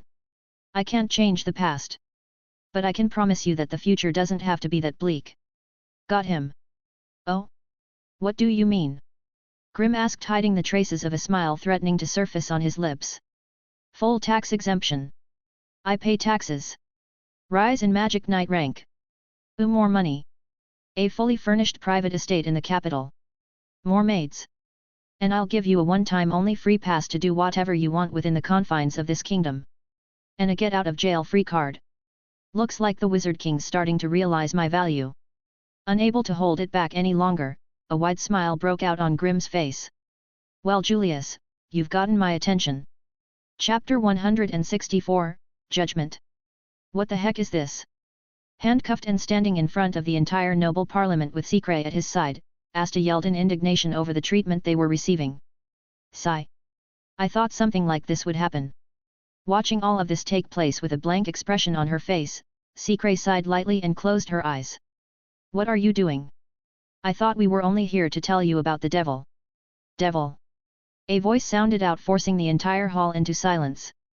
What nonsense! Listening to the sound of light footsteps echoing out, the figure of a man dressed in exquisite clothing and holding up a golden scale appeared before the eyes of the accused. Now then, Asta of the Black Bulls, I Damnatio Kira, chairman and speaker of the house, will pass judgment on you. Ignoring Asta's pleas, Damnatio began to read out the fabricated crimes for the rest of the nobles to hear. Filthy peasant scum! How dare he breathe the same air as us? What else can you expect from garbage from the Forsaken region? All sorts of murmurs began to echo out from the noble stands as Asta felt things were turning in a direction that he had no control over. This is bad. If I let things carry on like this, me and Nero will be the ones in trouble. I'm telling the truth. He screamed, causing the nobles to look at him in disgust. It was all that devil's doing. We're in a... Are you sure you want to say that? Hey! Without even realizing it, Damnatio had closed the distance between the two and was now standing so close to him that he could whisper into his ear. You still don't get it, do you? From the very start, this trial could only end one of two ways. You would either shoulder the blame and admit to being the devil that plunged the kingdom into total chaos, accepting execution and ending the incident right here and now. Or it would be the fault of several rogue magic knights that tried to rebel against the kingdom of Clover, performing treasonous actions as a result. Unable to believe what he was hearing, Asta felt his mouth turn dry as the gears in his brain worked themselves to the limit. Even a commoner like you should understand what happens to traitors of the crown, right? Execution. So what will it be, Asta of the Black Bulls? How do you plead? Just as he was about to speak up, a sudden interruption destroyed all the tension that Damnatio had worked so hard to build up. Well, if it isn't a bunch of money-hungry pigs all gathered in one place. If I arrived any later, I might even see y'all gorging yourselves on each other's shit. How dare you? Who said that? Show yourself. Death. I demand such a person be executed. Upon hearing someone refer to such noble beings as themselves as pigs, the nobles in the stands stood up in protest and started demanding the individual to reveal himself. This voice. Frowning at the sudden interruption of the mysterious voice and the angry yells of the nobles, Damnatio lowered his hands to quiet down the raging nobles and looked towards the direction the voice was coming from. Who are you? He asked cautiously, readying his scales. Me? I'm the motherfucker who saved all your worthless asses from having to face reality by killing the devil you're too chicken shit to admit exists. Now who the fuck are you? I'm just kidding. The voice suddenly laughed as a cloaked figure walked out of the same entrance Damnatio used to enter. I don't give a fuck. Grimm. Asta exclaimed in shock as the cloaked figure pulled the hood down. "Was up?" He grinned, shocking every noble in the room with his appearance. "Grim. It's him. The disrespectful commoner. The one where'd His Majesty go? Hey!" Turning their head towards the main seat, they all suddenly realized that His Majesty was nowhere to be seen. While everyone was busy looking for the king, a deep frown settled on Damnation's face as his eyes stared fixedly on Grim's figure. Or more accurately, on his cloak. Looking at his family's insignia sewn onto the breast of the cloak, Damnation did his best to remain calm as he asked in a dark voice. "Where'd you get that cloak?" "This." Grim pulled on the cloak and answered. "I kinda just found it." "You found it?" Damnation's frown deepened. "Yep." He nodded before ignoring him and turning his attention back onto Asta and a shocked-looking Secret. "Sorry about coming so late. Needed to take a dump and couldn't hold it. But look, I got this sweet-looking cloak out of it." Upon hearing those words, the rage simmering in Damnation's heart began to flare up as he realized that the last place he had left that particular cloak was in his office. Unfortunately, it wasn't over yet. Luckily there was a bunch of paper lying around that I could use a toilet paper. Unfortunately there was no actual toilet around, so I kinda just left the mess on the desk. But this cloak though. Ignoring the myriad of facial expressions Damnation was currently making, Grim walked up to the two and using a single beast sword he removed their handcuffs. "But what are you doing here?" Asta asked, rubbing his wrists. "I got a tip that some shady shit was going down. And since I had nothing better to do, I came to check it out." "Oh right. Marie!" he yelled. Running out of the entrance, Gauche's sister ran up to Grim and hugged his leg. "Wait, what?" Asta gasped upon seeing her. "What's Marie doing here?" "Who knows?" Grim shrugged, trying to push the little girl off of him. "Found her surrounded by a bunch of extras and decided that I'd take a picture with her to piss Gauche off." "Oh." Asta accepted the explanation and ruffled the girl's hair. "So what now?" he asked, looking up at Grim. "Wanna come check out my mansion?" Chapter 165, Absolute. Halt! Hey! Turning his head to look at bloodshot-eyed Damnation, Grim cocked his head to the side and sent him a playful grin. "Were you talking to me?" Doing his best to keep his rage under control, Damnation grit his teeth and calmed the flustered nobles and brought peace back to the parliament. That wasn't to say that he himself could endure what was happening. He had heard rumors about this so-called Grim before and knew that he was not someone easy to deal with. If he wanted to regain control of the situation, he couldn't allow the other party to derail him any further. Even if did take a dump on his desk and used several legislative documents to wipe his ass before blatantly stealing his cloak. Yes. I can't allow myself to get swept up in his pace. Ahem. He cleared his throat. "Where do you think you're going with the prisoners?" Damnation asked in an authoritative tone. "Oh? So you were talking to me then?" Frowning again, Damnation nodded. "I am." "Pfft, then I don't need to care." Throwing his arms over the shoulders of Asta and Secret, he continued to head towards a wall. Grim, where are we going?" Asta asked, feeling that things had taken a weird turn. Even Marie was looking at him with a massive on her face. "To the exit."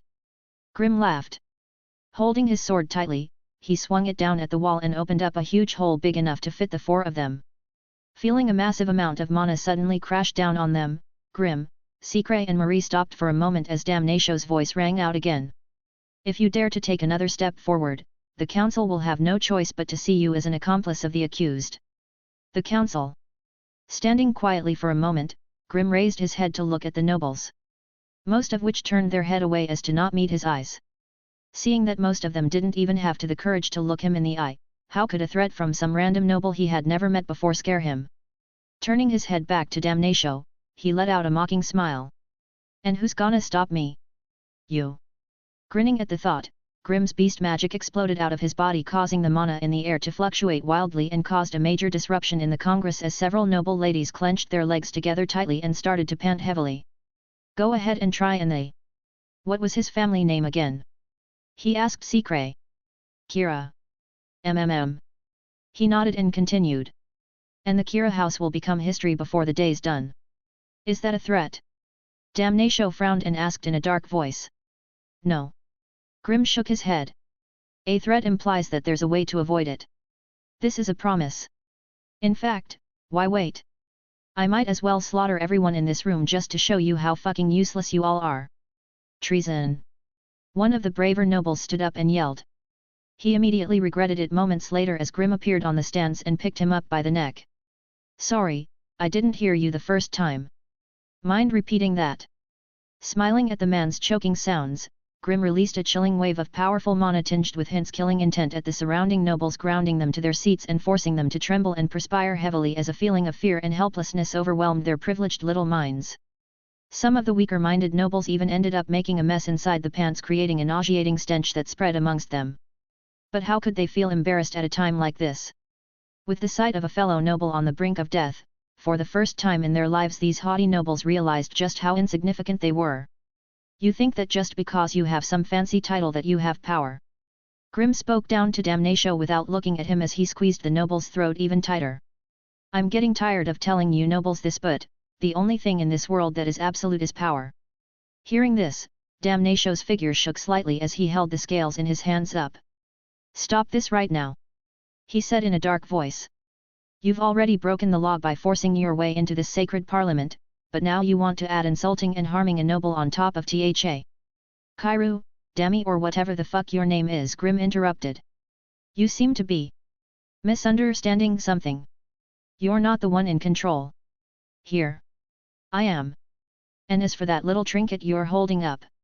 Turning his head to look at the scales in Damnatio's hand, Grimm squinted his eyes and a moment later. Clink. It's an eyesore. The chain holding up the pans suddenly broke, causing the pans to fall and clang on the ground. If one took a closer look, they'd see that the snap that broke the chain was too clean. Almost like it had finely cut. A little trick Grimm picked up after digesting the changes in his body left over from his elven form. While he didn't retain any of the power from that form, he became much more in tune with his magic, allowing him to do things he never even imagined before. One of those things being forcing mana in his eyes to activate a pseudo-spell. Compared to how he was before he unlocked his elven form, he was far stronger. Hearing the sound of his pans clang against the ground and feeling the now lighter weight of his scale in his hand, Damnatio's mind went blank. Ignoring the frozen Damnatio and dropping the noble whose life or death status was unknown, Grimm gently floated down from the stands in such a leisurely way that one wouldn't think he had just held the entire magic parliament hostage moments before. Walking past the temporary mind-broken Damnatio and arriving in front of a blank-faced Secret, he reached into his new cloak and pulled out a neatly folded Black Bull's magic night robe. Is that? Without letting Asta finish his sentence, to Secret's surprise Grimm pulled it over her head. There, now it's official. This. Unable to understand what was going on, Secret made a confused face that looked unexpectedly adorable. You were with Asta all this time, right? In my mind that makes you as much as a member of us as him. But yummy. Looking at the embarrassed look on her face, Grimm couldn't help but place his hand on her hand and grin like an idiot. Don't sweat it. What happened here? Finally recovering from having his scales severed, Damnatio realized that Grimm and the accused were nowhere to be seen. Instead, two Magic Knight captains stood before holding a parchment with the Wizard King's seal. Chapter 166, The Problem Solver. I am Speed. A/N, Kashao. Watching as several arcs of lightning crackled around Grimm's body, Secret couldn't help but shake her head as she watched him use Thunderclap and Flash to mow through a horde of magically enhanced bears covered in stone armor. He's not even using his swords anymore. Asterisk boom. Asterisk. Slamming his palms into the center of one of the bear's stomachs, a cruel smile spread across his lips as his lightning-coated palm cracked through the bear's protective stone armor and blew its organs out through its back. Unable to even let out a roar in protest and without the slightest hint of grace, the bear's body fell forward, crashing into the ground with a loud thud. Sidestepping its falling body, Grimm's head snapped in the direction of the other stunned bears who had halted their assault after seeing the gruesome end of their comrade. Grin. Turning on breath of the beast and focusing the grey aura on his body around his hands, he shaped it into the form of tangible claws. Ha, ha, ha ha ha ha ha ha ha ha ha ha ha ha ha ha. Shooting forward like a speeding bullet, wherever his claws flashed, fountains of blood erupted, dyeing both him and the sky a deep red. Chasing after the fleeing animals, he took immense glee from their pained screams and terrified faces. Moving in an almost animalistic-like manner, he butchered them one by one, not allowing a single one of them to die easily. By the time he was done, a mountain of corpses with his blood-soaked figure standing above them was all that was left. If one looked closely they could even see his incredibly sinister and villain-like grin. Nothing like a good slaughter to start the day. Now then. He looked towards Secret who was standing at the side. What's next? A couple hours later. Really? Is this it? Days after throwing the Clover Kingdom's parliament into chaos, in order to give the noble faction some peace of mind, Yami was ordered to assign Grimm to do a couple of missions outside of the capital. Having nothing else left to do in the capital for the time being, it wasn't hard to convince Grimm to go somewhere else. Especially if the place he was going to meant he could relieve his growing bloodlust. So he packed a bag, burnt a couple of noble houses down, reintroduced them to the world of NTR and left the capital with a certain pep in his step. Having dealt with the bear population threatening nearby settlements, Grimm's next task was to wipe out a group of roaming bandits who had been reported to be terrorizing some random village out in the boonies. What a piece of shit! Hey Secret, what's this place called again? Hage Village. The pale-faced girl answered. Staying in bird form, she flapped her wings and eventually settled on his shoulder. Hage Village. Why does that sound familiar? Remembering that there was still a couple of bandits left alive, he let go of the crushed throat of some goon he was holding up. Sigh. Kneeling a bit aways from both Grimm and Secret, the leader of the bandits held his severed arm with his one working hand. Mercy. Cocking his head to the side, a confused expression settled on Grimm's face before slowly turning into a deeply disturbing smile. Where's the fun in that? What do you? Crouching down in front of him, Grimm's beast aura claws manifested as he put a finger to his lips. SHHH. He smiled as he placed one finger on the bandit leader's forehead. Don't ruin this for me. Moments later, the finger touching the bandit leader made a weird noise as it pierced through his forehead and dug its way into his brain. Watching the bandit leader's face spasm before his eyes rolled into the back of his head, Grimm pulled his finger out of the guy's brain and watched his body hit the floor. How disappointing. He mumbled, cursing Yami in his head. But look at this place. He whistled, taking a look at the village off in the distance. Why the hell would anyone want to make this shithole their base of operations? This shithole, as you call it, used to be the home of the elf tribe 500 years ago. Transforming into her human form, Secret, who had heard Grimm's mumbling, explained the significance of the area to him. Seriously? This place? Taking a second look at the area surrounding him, he found it increasingly harder to imagine those arrogant elf bastards living in such a desolate place like this. Well, whatever, it ain't got nothing to do with me.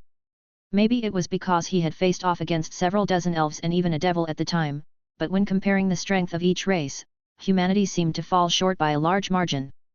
Even the random beasts he had taken care of back when he lived on the outskirts of the witch's forest were stronger than the average human. He didn't know if this was because his standards had risen, but as more time passed he started to wonder what would happen if I just killed them all. How many of them could actually make him break a sweat? 100? 50? Honestly, he doubted the number even reached 20. But wouldn't it be fun to find out? I really need to find a way to enter the underworld. As for Secret, using the excuse of honoring Lumiere and Lick's dream, she's decided that she would watch over him and guide him to the best of her ability. Unfortunately, that plan hasn't really been working out well so far. For some unexplainable reason, wherever Grimm went, trouble seemed to follow. And worse yet, he solved all these problems using violence. The thing Lick and Lumiere wanted to use the least. According to him, if violence didn't solve the problem, then you just weren't being violent enough. And seeing the results, she couldn't even argue. What she experienced after spending only a couple of days with an unrestrained Grimm had left her completely desensitized to the horrors of mankind. Even the corpse of the bandit leader who had a hole in his head couldn't make her blink twice. Late night. Hey Secret, be honest with me. Between the current me and the Wizard King who fought demonized Licht, who's strong? His Highness. TCH, goddamn Dick Rider. Sitting in silence and enjoying the weird atmosphere between them, Secret couldn't help but think back to the way Grimm had carried himself in front of the whole magic parliament. The way he walked with such confidence in the face of the kingdom's supreme authority. It was honestly kind of awe-inspiring. And the way he put that black bull's robe on her underscore. Looking at the blush appearing on Secret's face illuminated by the light of the campfire, Grimm couldn't help but wonder if she was catching something. Since she can seal damages, can she seal illnesses too? Ever wonder what's out there? Secret suddenly asked. Laying down next to each other under the blanket of the night sky, the sound of the crackling campfire echoed out in the background as the duo stared up at the starry sky. Aliens probably. Ali what? Little grey people that piss out of their fingertips and self-fellatio. You say the weirdest things. Shrugs. You just can't understand the profoundness of my words. Having grown used to his tone, Secret could only smile. Meanwhile in the Clover Kingdom. Outside of a drear and creepy-looking house, Asta and friends prepared their hearts to meet Gordon's family. Chapter 167, Acknowledgement. I'm back bitches. Inhales deeply. It's good to be back. Standing atop the walls of the kingdom's capital with his arms spread wide, much to the annoyance of the magic knights guarding the city's entrance standing below, Grimm loudly announced his return. But what could these average magic knights do? It was better to be annoyed than grab the attention of this noble-defying lunatic. Pfft, pussies. He laughed, not giving a damn if they could hear him or not. You shouldn't tease people weaker than you. Sighing again and transforming into her human form, Secret stood next to him and tried her best to educate him once again. I'm not teasing though, he said innocently as a smile slowly began spreading across his face. Having dealt with him long enough, the only thought that came to Secret's head when she saw that smile was, oh no. Not giving her a chance to react, he let gravity do its job. Falling backwards with his arms still spread wide, a thin layer of green surrounded his body as he landed in front of the two blue rose magic knights guarding the gate in a manner that could only be described as majestic. Now then. Raising his head slightly, he flashed Secret another innocent and mouthed the words, this is straight up bullying. Grim Dawn. Asterisk bang. Asterisk. Placing two fingers in front of the foreheads of the two magic knights, a surge of wind gathered on his fingertips as he compressed a large amount of wind magic and night. Released it all at once. Asterisk bang. Asterisk. After checking on the two girls and making sure that they weren't suffering from any long-term damage, Secret contacted the closest magic knights and flew after the disappearing Grimm. I really need to find a way for him to focus all that energy into doing something productive. Locking onto his mana signature and following it as closely as possible, she was surprised to see him heading towards a small church. Grimm. Seeing a small army of children rushing towards him with a look of both surprise and joy on their faces, Grimm couldn't help but match their energy. Miss me? Seeing a familiar figure walking out from the church entrance, he flashed a smile in her direction. Finally here to repent? Nope, if God wants to judge me he has to come down here and do it to my face. As arrogant as ever. Although she was sighing, the relief on Sister Teresa's face couldn't be hidden. I'm glad you're okay. After playing with the kids for a while and helping a bit with the reconstruction of the church, the two finally had a chance to sit down and talk. So that's what really happened. Hearing the full story from Grimm, Teresa couldn't help but feel like the world had suddenly become a lot bigger. And poor Asta, to think that the nobles would pin everything on him. I'll make sure to include him in my prayers tonight. Not sure if that'll do anything, but if that's what you want to do then I won't stop you. Grimm. You've changed. Yeah, I guess I have. It wasn't just his appearance that had changed, outside of looking a bit more handsome than before. His connection with nature's mana had been enhanced to the point that even without being in his elven form people could tell that there was something different about him. You can come out now, Secret. Hearing the familiar beat of flapping wings, Grimm called out to the newest member of the Black Bulls. Gliding down from on high and transforming herself into her human self, the black-haired Nero bowed to the nun in front of her. I didn't mean to intrude. Oh heavens no dear. Getting out her seat, the woman pulled Secret into her embrace. What? Caught off guard by her sudden actions, for the Secret who hadn't had any true human contact in centuries, her body could do nothing but stiffened at such an unfamiliar feeling. Thank you. Teresa started. Thank you for watching over the children of this kingdom for these past 500 years. Hearing those words, a surge of emotions welled up in her heart as the memories of her lonely past began to surface. For all those years, alone she flew, waiting for a day that was never promised. Without friend or family to stand beside her, she had abandoned her life, her happiness, her body, all for the sake of her duty. Feeling the tears run down her face, for the first time in what felt like forever, she let out her emotions in an ugly display of tears, snot, and quiet screams. Although she never did it with the expectation of being recognized or even thanked, in this moment, right here and right now, someone had acknowledged her. It wasn't the Wizard King, a magic knight, or even a royal, it was the thanks of an ordinary citizen. As for Grimm, who was sipping on his tea and watching from the sidelines, he couldn't help but find the situation comical and over the top. But it was unknown whether it was out of respect or simple disinterest. He decided to stay quiet and let her have this moment. Chapter 168, Thorns. Departing from the church and heading towards the Black Bull's base, it didn't take long for the two to reach their destination. This key. Grimm. Suddenly bursting out from the inside and surrounded by a group of familiar-looking people, Asta and the rest of the squad greeted the duo with a face full of smiles and cheers. Blue Rose Base. Who did this? Standing in the doorway of a elegantly designed room, Charlotte's eyes rested on the bodies of two unconscious female magic knights. Reporting, according to eyewitnesses, the perpetrator was a member of the Black Bulls. Black Bulls. Her eyes hardened. Which one? She asked. It was. Upon recalling the name in the report, the voice of the Blue Rose Magic Knight faltered for a moment as she struggled to say the name. Noticing the girl's hesitation, the gentleness in Charlotte's voice suddenly vanished as she turned to face the Magic Knight and hit her with a bone-chilling stare. Who was it? She asked again. Faced with such a gaze, the Blue Rose member felt her mental fortitude collapse as she lowered her head and said. Grimm. Anything interesting happen while I was gone? After eating a meal and catching up with the others, Grimm finally got to the main topic at hand. Remembering that he hadn't been around for the last week or so, the group told him about their recent discoveries involving the Heart Kingdom, curses, and the fact that they had to hunt down a devil in order to satisfy Parliament. A devil cursed being in the Heart Kingdom. Does that mean that there are devils outside of the one I fought roaming this world? And if so, are they in the Heart Kingdom? Even if they're not, if I go there I might find traces of how to enter the underworld. No longer paying attention to the conversation going on, several thoughts raced through Grimm's mind as he determined his next course of actions. When do we leave for the Heart Kingdom? He finally asked. Hey! What? You want to join us?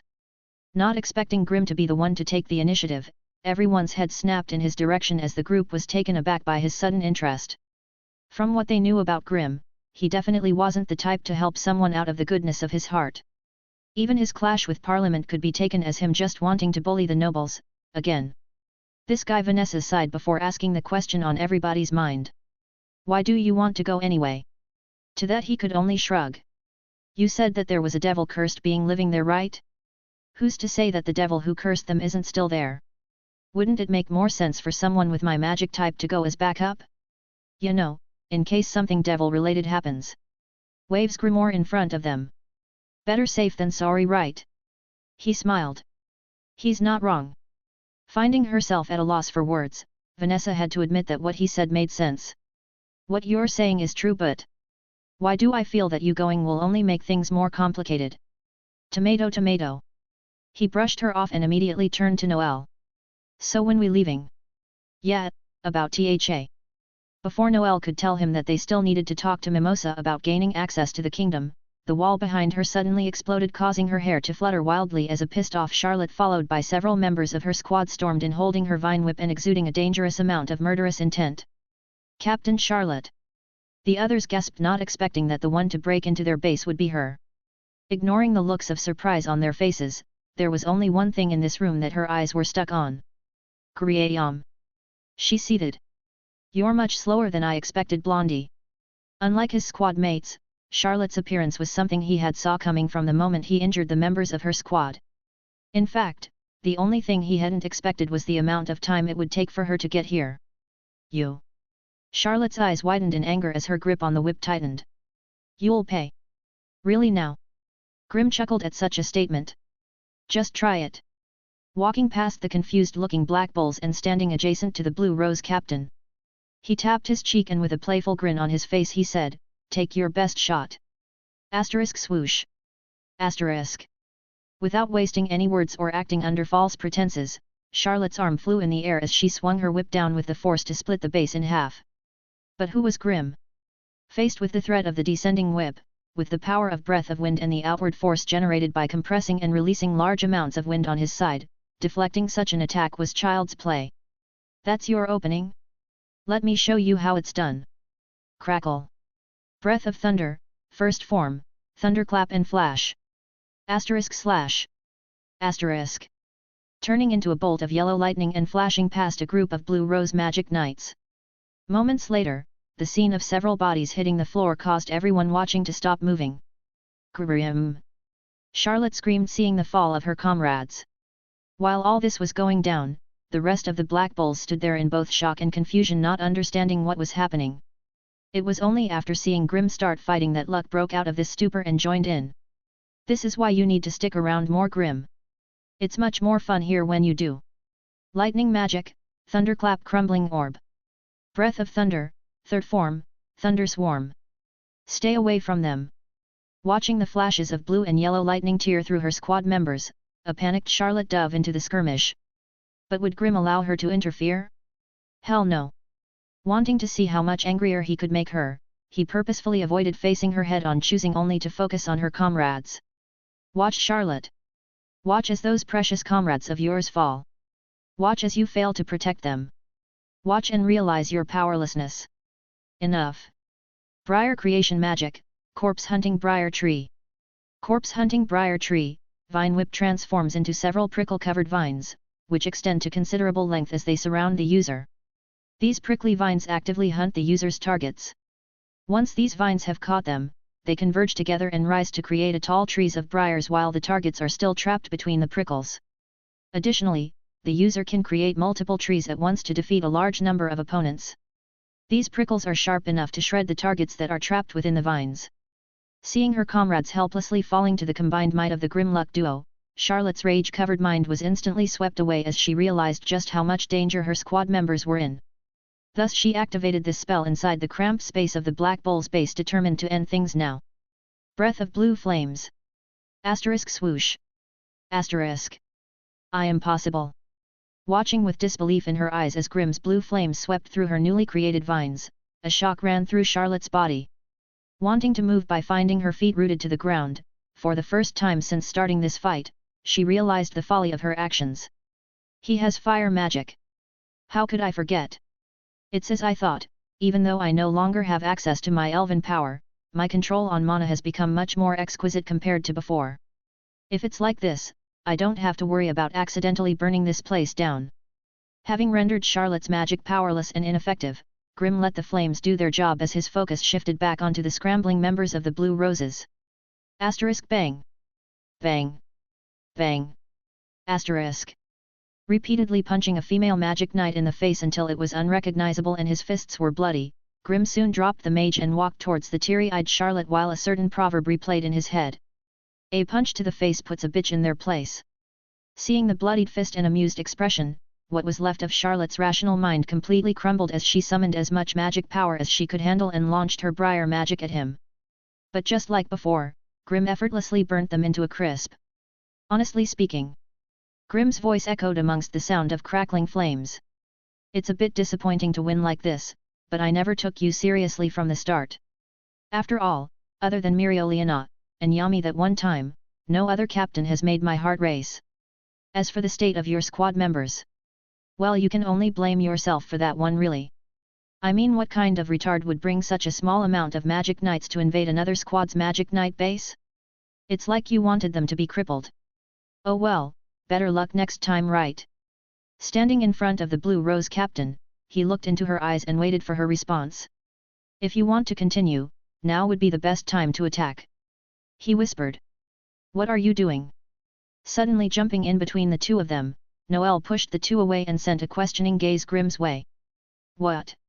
You saw it yourself. She came here and attacked me. I'm completely innocent. Frowning at his use of the word innocent, she used her water magic to extinguish the remaining flames and eventually settle the matter. Chapter 169, Heart of Power. Forced to put the needs of her squad first, Finral opened up a portal to the closest healing mage facility and allowed Charlotte's squad to leave. Sending one last hateful glare Grim's way, she picked up an injured magic knight and walked through the portal with the rest of her squad members in tow. You're letting her go just like that? That's not like you. Giving Secre a sideways glance, Grim shrugged his shoulders and answered in a bored manner. I no longer have any interest in someone who can't make me use more than one magic attribute. Hopefully the Heart Kingdom has more to offer. GG Grim. And no one told me you were coming. Seated outside a popular cafe in the capital, Grimm tagged alongside Noelle to meet Mimosa and learn about how she gained entry to the Heart Kingdom. "What's up, Mimosa? Been a while." Flashing her a cheeky little smile, the poor girl nearly had a heart attack. "He's as handsome as ever. No, he looks even better than before." Quietly fang-earling to herself, it took a while for the three of them to get to the heart of the matter. "The Heart Kingdom? Yeah, I need to know how to get there." "You mean we need to know how to get there, right?" Noelle corrected. Ignoring her, Grimm's eyes lay solely on Mimosa. Aye. Feeling the intensity from his gaze, Mimosa's heart was practically somersaulting itself as her legs were squeezed together tightly. Realizing that something was wrong with her cousin, Noelle looked at her with eyes full of concern. "Mimosa, are you feel? I can help," she suddenly yelled, catching the two off guard and drawing the attention of the public. Realizing what she had done, her face quickly turned beet red as she sat herself back down and buried her head in her hands. Stupid, stupid, stupid, stupid, stupid, stupid. Ahem, sorry about that. I seem to be a little under the weather." Finally calming down and regaining the confidence to face the two again, Mimosa got back to the topic at hand. After explaining about how her brother and her were able to reach the Heart Kingdom through a contact that allowed them to study there abroad, she went into detail about what to expect if they managed to get there. But out of everything she said, only one thing seemed to get reaction out of Grimm. "The Queen of the Heart Kingdom. How strong is she?" This. Biting her lip, Mimosa chose not to answer straight away.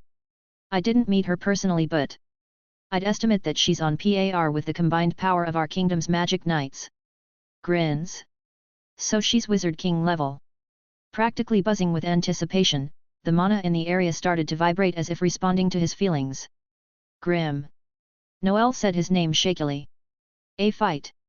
Badum. A good fight. Badum. A bloody fight. Asterisk badum. Asterisk badum. Asterisk badum. Asterisk. I can't take it anymore. I want to fight. I want to fight so fucking bad." Grimm. Noelle yelled, snapping him out of it. "Hey!" Regaining his clarity, he suddenly realized that the people around him were grasping their chests and breathing heavily. Depending on their mana levels, some were even kneeling on the floor. Even Noelle and Mimosa, who had royal levels of mana, had their faces flushed red. "Did I do that? Oh. I get it. It's not just my control of mana that has increased as a result of tapping into my elven power. Even my sensitivity to mana seems to have grown." Understanding what had happened to him, Grimm calmed his emotions and reined in the out-of-control mana. "So it's my mana control, mana sensitivity and connection to nature's mana that has all been enhanced. If I can master this new state completely, my base power will be incomparable to what it was before. I might even surpass the power I had in my elf form. But if I regain access to my elf form on top of that..." Just imagining what he could do with all that power, it almost made him salivate and cause another mana disturbance. Leaving the two with a promise that she'd get in contact them once she had gotten in touch with the Heart Kingdom, Mimosa reluctantly left. Seeing her leave, Noelle looked at Grimm and said, "I guess we'll wait for now." He nodded. "I need to start training. 1 week later. So I could have just broken into the country any time." Standing on a ship alongside Asta, Mimosa, Noelle, and Finral, he suddenly realized that he could have just flown into the country. "No way, that's illegal, you know." Batting Noelle a certain look, he wondered if there was something wrong with her brain. Why would she ever think that something as weak as legality could stop him? Why does it feel like she's gotten dumber since getting that water armor of hers? "You wouldn't be able to even if you tried." Mimosa suddenly spoke up, catching everyone's attention. He raised an eyebrow indicating for her to continue. "See?" She pointed ahead. "Fog? Whoa!" Asta gasped. "The fog is rolling in." Mimosa continued. "In order for someone to pass through this fog, they need to possess a permit approved by the Heart Queen. Without it you shouldn't even think of getting in." "What? Seriously? Isn't that like totally amazing? To think the Heart Queen could do something like that." While everyone was gushing over the Heart Queen's ability, Grimm couldn't help himself as he said. "Is that it?" "Hey? What do you mean?" Mimosa asked. Does he not understand just how impressive such a feat is? "You guys do know that I have access to mist attribute type magic, right?" Does he? I don't really remember him using it. To prove his point, he activate Breath of Mist. See. If I can handle this, I can definitely handle a bit of fog. After all, mist is more dangerous than fog. In fact, Grins I could probably enter without even been noticed.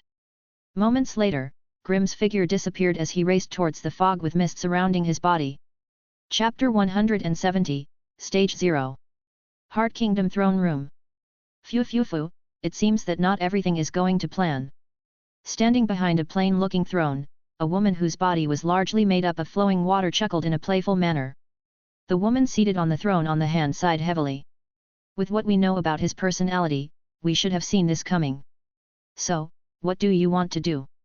Falling silent for a moment, the woman suddenly looked up and said, have Gaja engage him. If we want his help, then we're gonna have to show him that what we're made of. What about the others? Send another spirit guardian to test them. Sigh if that's what you wish. Asterisk whoosh. Asterisk. Soaring through the air without a care in the world, Grimm felt the wind brush against his skin as he took in the natural sights of the Heart Kingdom until he was well above it.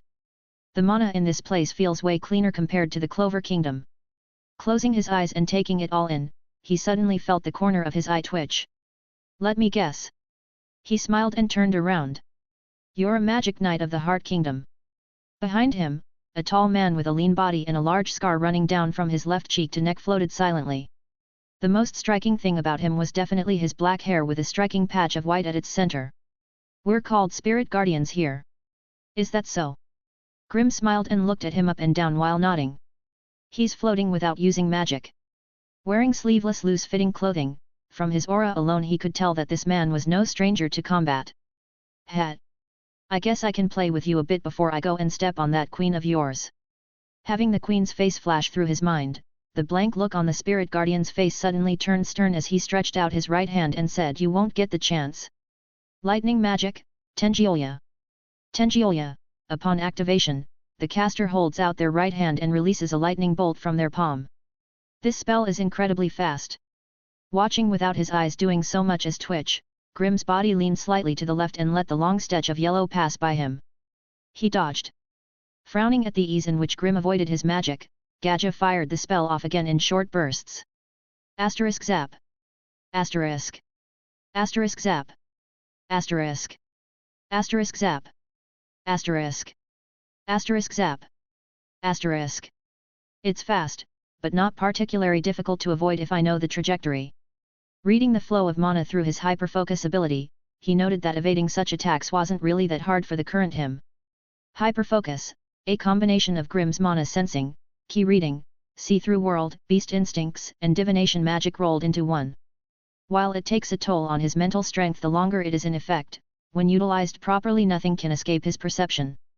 Growing tired of dealing with such trivial magic, he was about to complain until he saw some weird runes begin to swirl around the hand Gaja was using to discharge his magic. What is THA? Asterisk zoom. Asterisk. Suddenly the speed of Tengiolia skyrocketed.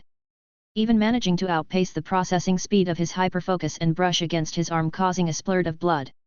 Oh! Grimm's eyes widened slowly as he turned to look at his bleeding arm. Asterisk grins. Asterisk. Asterisk boom. Asterisk. Feeling a sudden sense of oppression bear down on him, the expression on Gaja's face turned serious for the first time. To think that he could provoke such a reaction from the world's mana by merely opening his grimoire. Smiles. So that's what you saw in him. Slowly raising his arm into the air, the runes around his arm began their ascent and formed a giant mana circle. You are strong, Grimm of Clover. But black storm clouds begin to gather. In front of the vast amounts of power found in nature's mana, humans don't stand a chance. Faced with the power of nature itself, for the first time in his life Grimm felt insignificant. But if he just gave up because things weren't looking good, would he still be Grimm? Ha, ha, ha ha ha ha ha ha ha ha ha ha ha ha ha. Staring down the storm clouds above and feeling the insane amounts of mana it was gathering, his body began to tremble in excitement as his heartbeat quickened and the mana in his own body began to rise at a dangerous pace and cause the mana around him to fluctuate. You said that humans can't match the power found in nature. Crackle. Then it's a good thing that I'm not a human. Breath of thunder. Heart Kingdom throne room. Wah! Swept away in a violent current of water,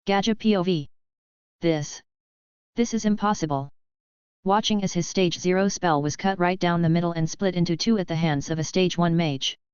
Gaja couldn't believe his eyes and was rendered speechless. Dodging his Tenjiolya? Acceptable. But this? What the fuck was this? He had no way to explain this. Since when were stage 1 mages capable of this? Did he get it wrong? Was Grimm actually at stage 0? No, while he definitely had the potential, his spell clearly wasn't at the level of stage 0. Then was it affinity? He quickly denied that one too. They were both using lightning magic. Hell, he was even using true lightning magic for God's sake. So what was it? What allowed a stage 1 like him to break a stage 0 spell? 1. Grimm's voice suddenly sounded out, grabbing Gaja's attention. 1. Not understanding what he meant by that, his eyes suddenly focused on Grimm's figure only to be taken aback by the view.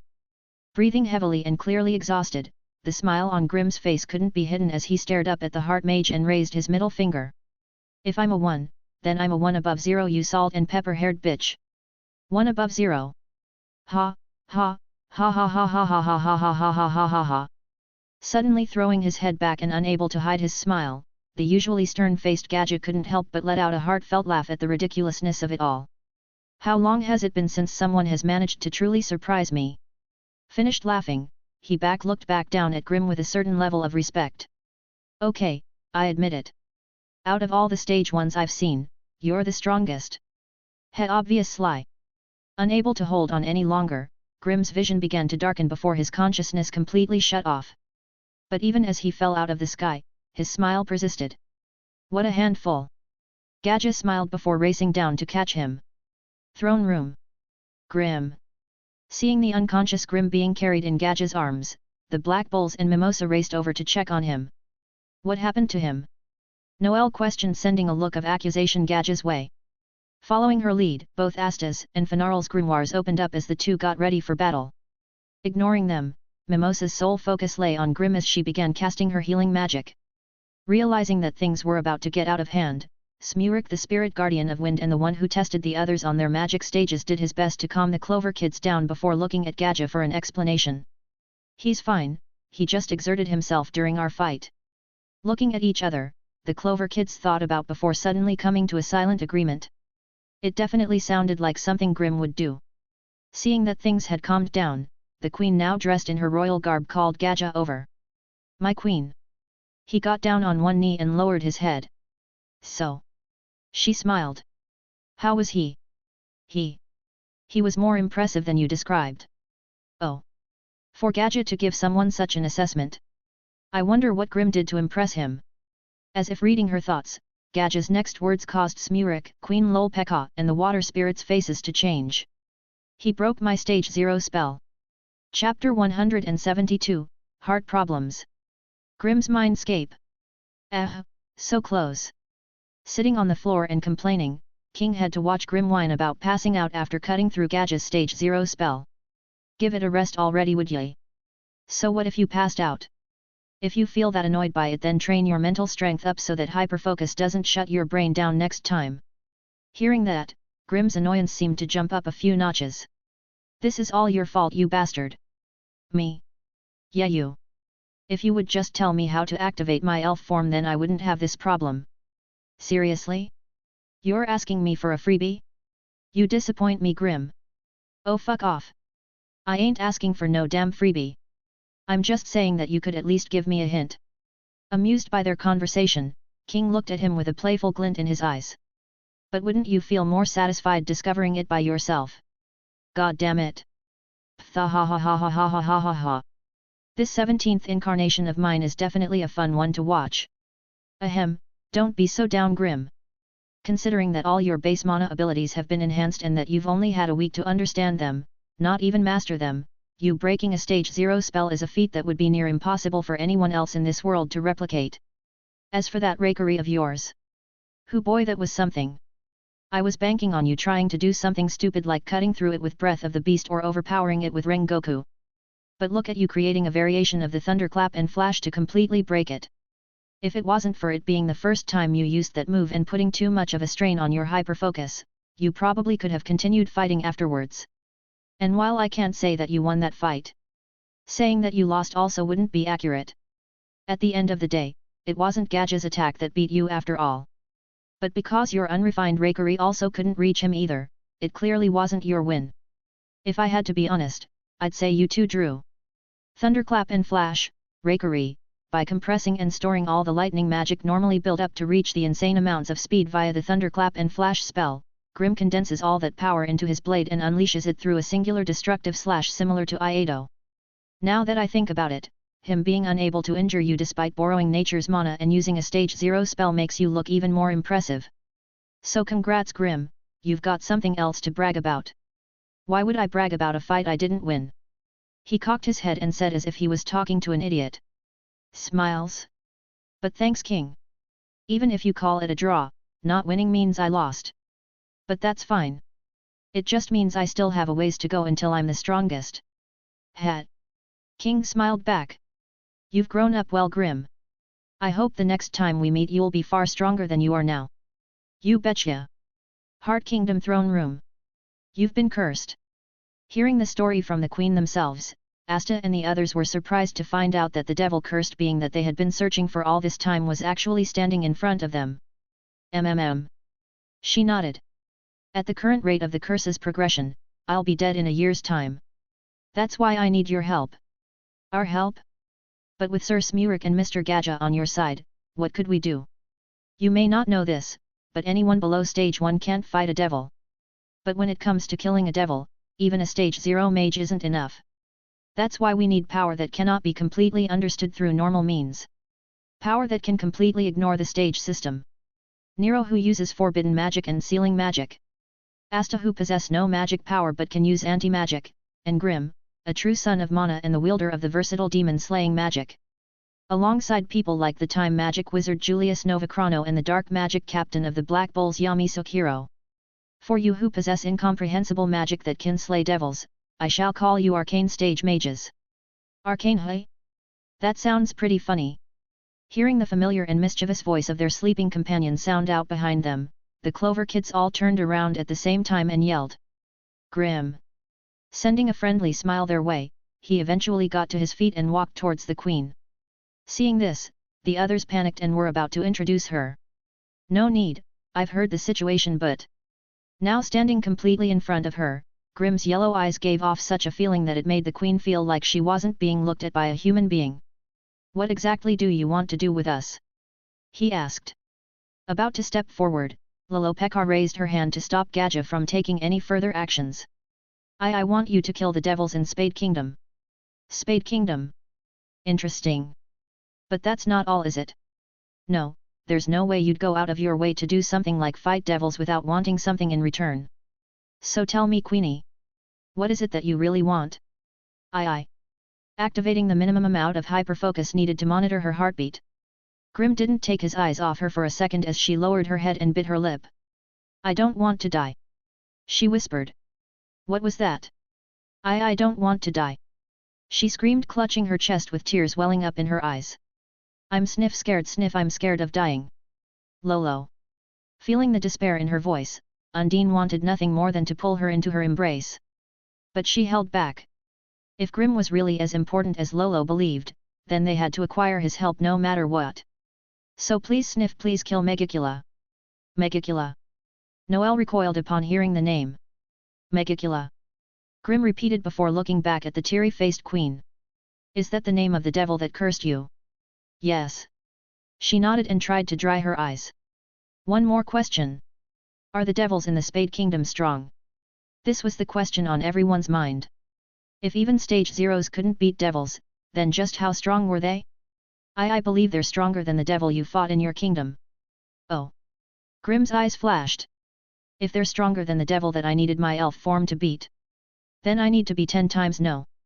100 times stronger in order to secure a victory. The scar on Gaja's face was also left by the devil that cursed me. They even managed to injure someone who I couldn't even touch. Megicula, Megicula.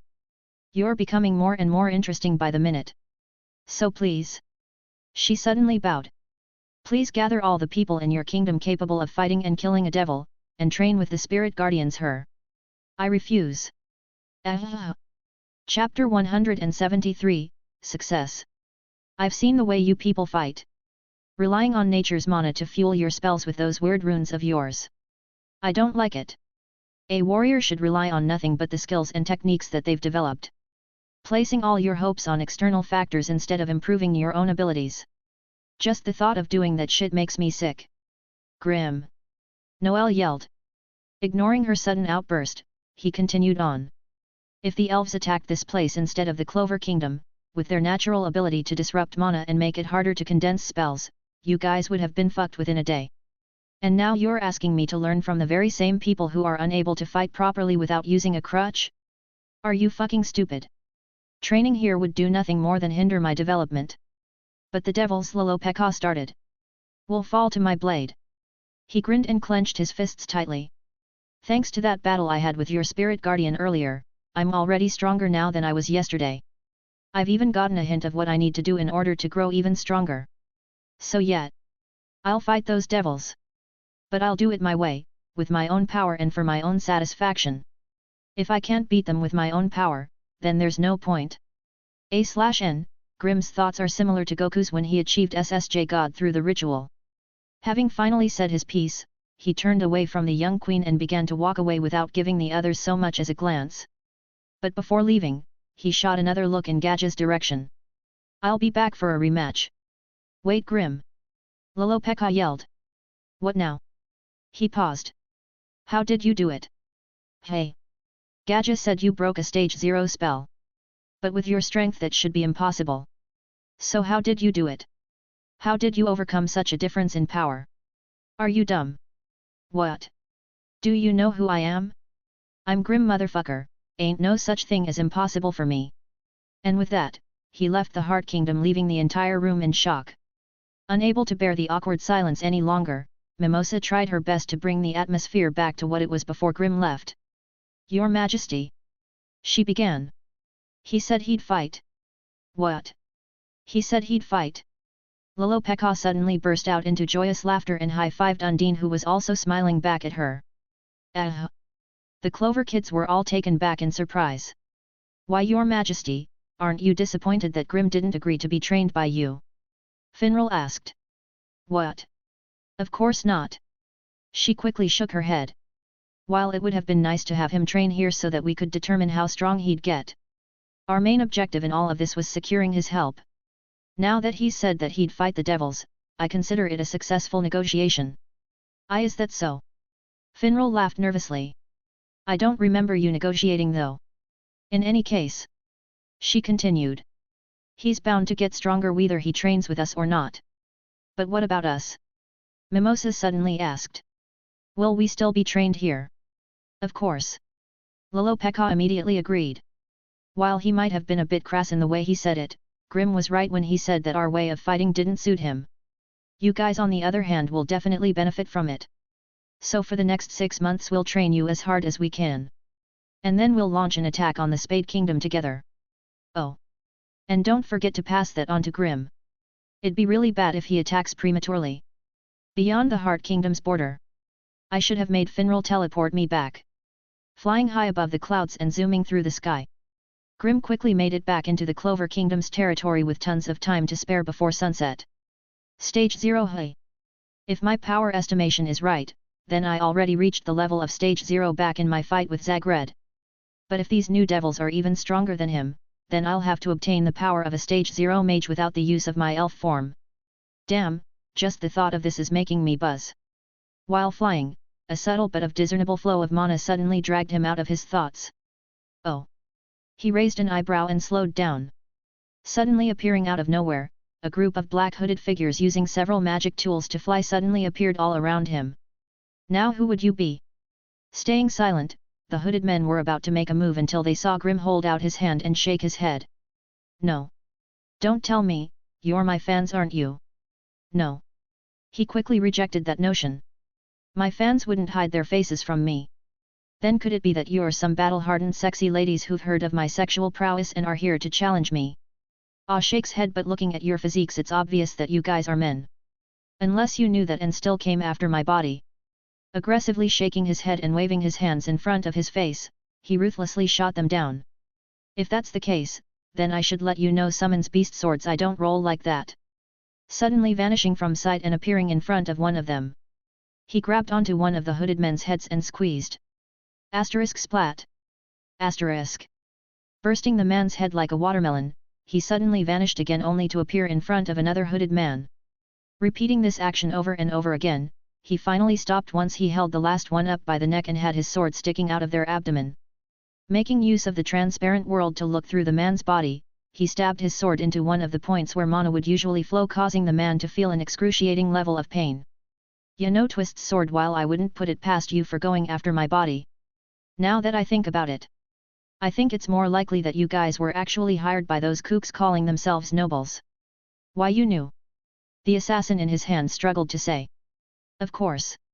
He nodded. The artifacts your little group are using are way too shiny to be used by your everyday assassins. Now if it was only one of you that had it, then I could understand that. But all of you? PSH, only those wastrels would throw away brand new artifacts away like they were nothing. If you knew who we were, then what was that nonsense you were spewing earlier? Oh, that. I was just felt like playing around with you guys. Better to think you died because of your preferences than profession, right? Isn't that worse? Shrugs. Think it over in hell. Removing the artifact that allowed him to fly, Grim released his grip on his throat and let gravity do its job. I guess it's time I make use of Nabra. Chapter 174, Unbloomed Threat. After summoning Nabra and ordering her to investigate which nobles played a hand in hiring the assassins. Without saying much, Grim went to a mountainous region far from the Clover Kingdom to focus on his training. Now standing in a cave that he had carved out in the side of one of the mountains, he looked out at the horizon and let his thoughts wander. In order to reach stage 0 in my current state, I'll first need to improve my hyper-focus and stabilize my enhanced mana skills. If I'm lucky and able to utilize my hyper-focus properly, I could potentially use it to shorten the time needed to master my mana skills and solidify my existing foundation. Gazing at the distant mountains, Grim couldn't help but marvel at the floating rocks swirling through the air. Looks like I was right to choose a grand magic zone for training. The closer I am to its center, the harder it is to control my mana. If I can make use of my time here to its fullest extent, then who knows how strong I'll be by the time I leave. Fuck. I can't wait to start. Too bad I need to head back to pick up some supplies first. Clover Kingdom a couple of days later. I have to get stronger. At this rate, Yuno and Grim will always be one step ahead of me. Sitting outside the Black Bull's base, Asta, who had long since returned from the Heart Kingdom with the others, was focused on completing his own exclusive training. Performing an unknown amount of muscle exercises, he was currently doing 8,003 sit-ups with the goal of reaching 10,000. Unknown Dungeon. Luck, who had also returned from scouting out the Diamond Kingdom with Magna and Vanessa in tow, couldn't forget that scene from before. Of the black-haired man with the symbol of spade on his jacket. Stronger, stronger, stronger. I have to get even stronger. With that singular thought driving him, he went to as many dungeons as possible in order to get stronger and trigger another manic mana state similar to the one he and Magna had back when they were looking for ways to treat Asta's arms. Black Bull's HQ. So that's the servant of the devils, Asta of the Black Bulls. He looks just as devilish in person as he does in the newspapers. Hidden away in a shrub of bushes, a small group of people wearing white robes and devil-themed masks stared at the exercising Asta with malice in their eyes. The one who had spoke suddenly turned to look at another member of their group, who clearly a female. The next part relies on you, Bao. Nodding her head, the woman walked forward slightly and intentionally stumbled out, catching both Asta's and Secre's attention. Hey! Who's that? Seeing the stumbling woman, Asta's righteous heart forced him to halt his training so that he could go and check up on her. Hey! He yelled and ran over. Are you okay? Watching all this happen from a branch on the tree, Secre, who was in her bird form, couldn't help but sigh and curse Grim in her head. Why did you leave me here? Flying down and turning into her human form, she too went to check out the situation. Struggling to move, the woman in white robes raised her hand up as if begging for help. Please take this. She struggled to say, pushing a vial filled with blue liquid in their faces. Using her thumb, she suddenly popped the cork off the vial, causing the liquid to turn bright red and explode into a pink-colored gas when it came into contact with the air. Cough, cough, cough. Caught off guard by the sudden intrusion of unknown gas invading their lungs, the two began to cough aggressively while more and more white-robed people began to walk out of the surrounding bushes. Impressive. The man leading the group complimented. I didn't think your potion would be this effective. Thank you. The woman who played decoy replied and rejoined the others. Nodding his head, the leader stared at the two. Oh. He raised an eyebrow upon seeing the black-haired girl with two horns on her head. It seems that luck is on our side today. He smiled.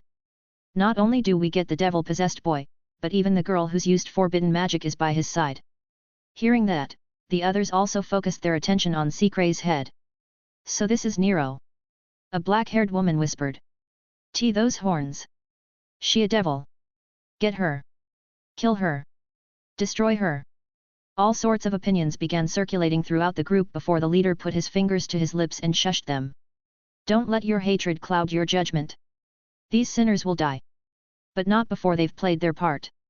Remembering their purpose for coming here, the rest of the group reined in their emotions and proceeded to continue with the plan.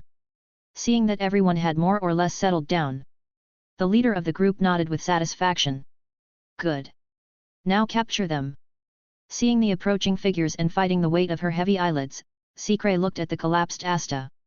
Damn it! But just as they were about to capture the two, a sudden voice from above caused them to stop.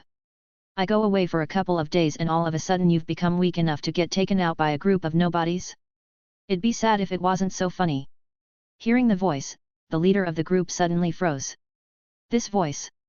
It can't be. We were told that he had left the kingdom. Feeling his back suddenly covered in a layer of cold sweat, he could tell that the rest of his compatriots were experiencing the same thing. Despite the masks covering their faces, it couldn't hide their trembling legs. It's over. It's all over. Not him. Oh God, anyone but him. Descending down from the sky like a god, a shiver ran down the spines of everyone present as he walked past with sparing them a single glance. Having read the profiles of everyone in the Black Bulls in preparation for this mission and remembering his actions during the Royal Knight exams, meeting Grimm here was the last thing that they wanted.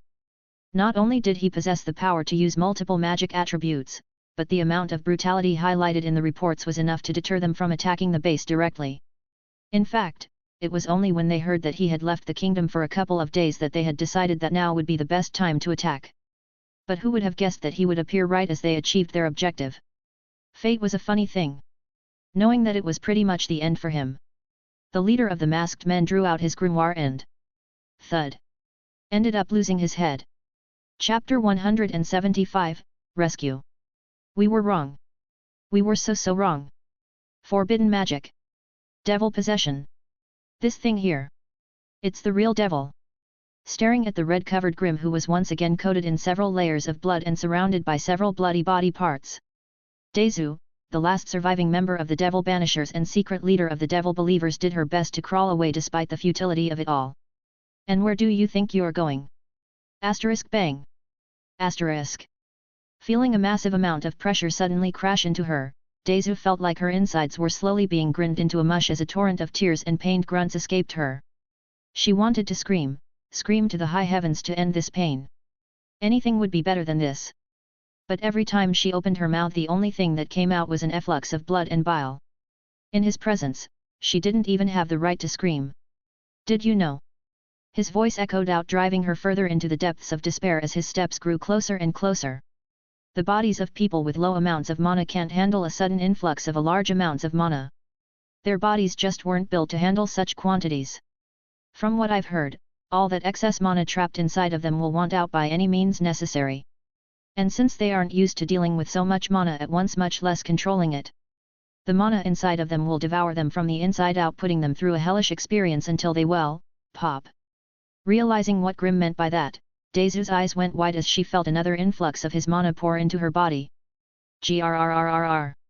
She dug her nails into the dirt, doing her best to endure the pain. So Miss Devil Mask crouches down. I wonder what sound you'll make when you pop. Continuing to pour mana into her body, a sudden thought occurred to him. Will she make a loud noise when she pops? If she did, then wouldn't that attract the attention of the other Black Bulls? And if they saw this scene, looks at the severed limbs, they'll make a big fuss. Deciding to get rid of the evidence, he began cleaning up the scene. Switching to Breath of Flames, he incinerated the remaining body parts. Changing to Breath of Water, he washed away all the blood on both himself and the ground. Then he used Breath of Wind to dry off the wet parts and sweep away any of the remaining ash. Weirdly enough, the scene looked so immaculate you'd think he'd done this kind of thing before. Perfect. He concluded before turning back to the dying Daesu. Kill me. She finally managed to say once he had deterred his attention to cleaning. Oh. He raised an eyebrow. You still have the strength to speak. How interesting. Using the transparent world to observe what was happening to the inside of her body. He was quite surprised to hear her speak considering that most of his mana had filled up her body. Please kill me. She begged again. And why would I do that? It ruined my fun. The G girl. Girl. M. Marie Adlai. Adlai. Do I know an Adlai? I think I know a Marie, but why would they? Looking over at the passed out Asta and Secret, it suddenly hit him. Oh. So that's how it is.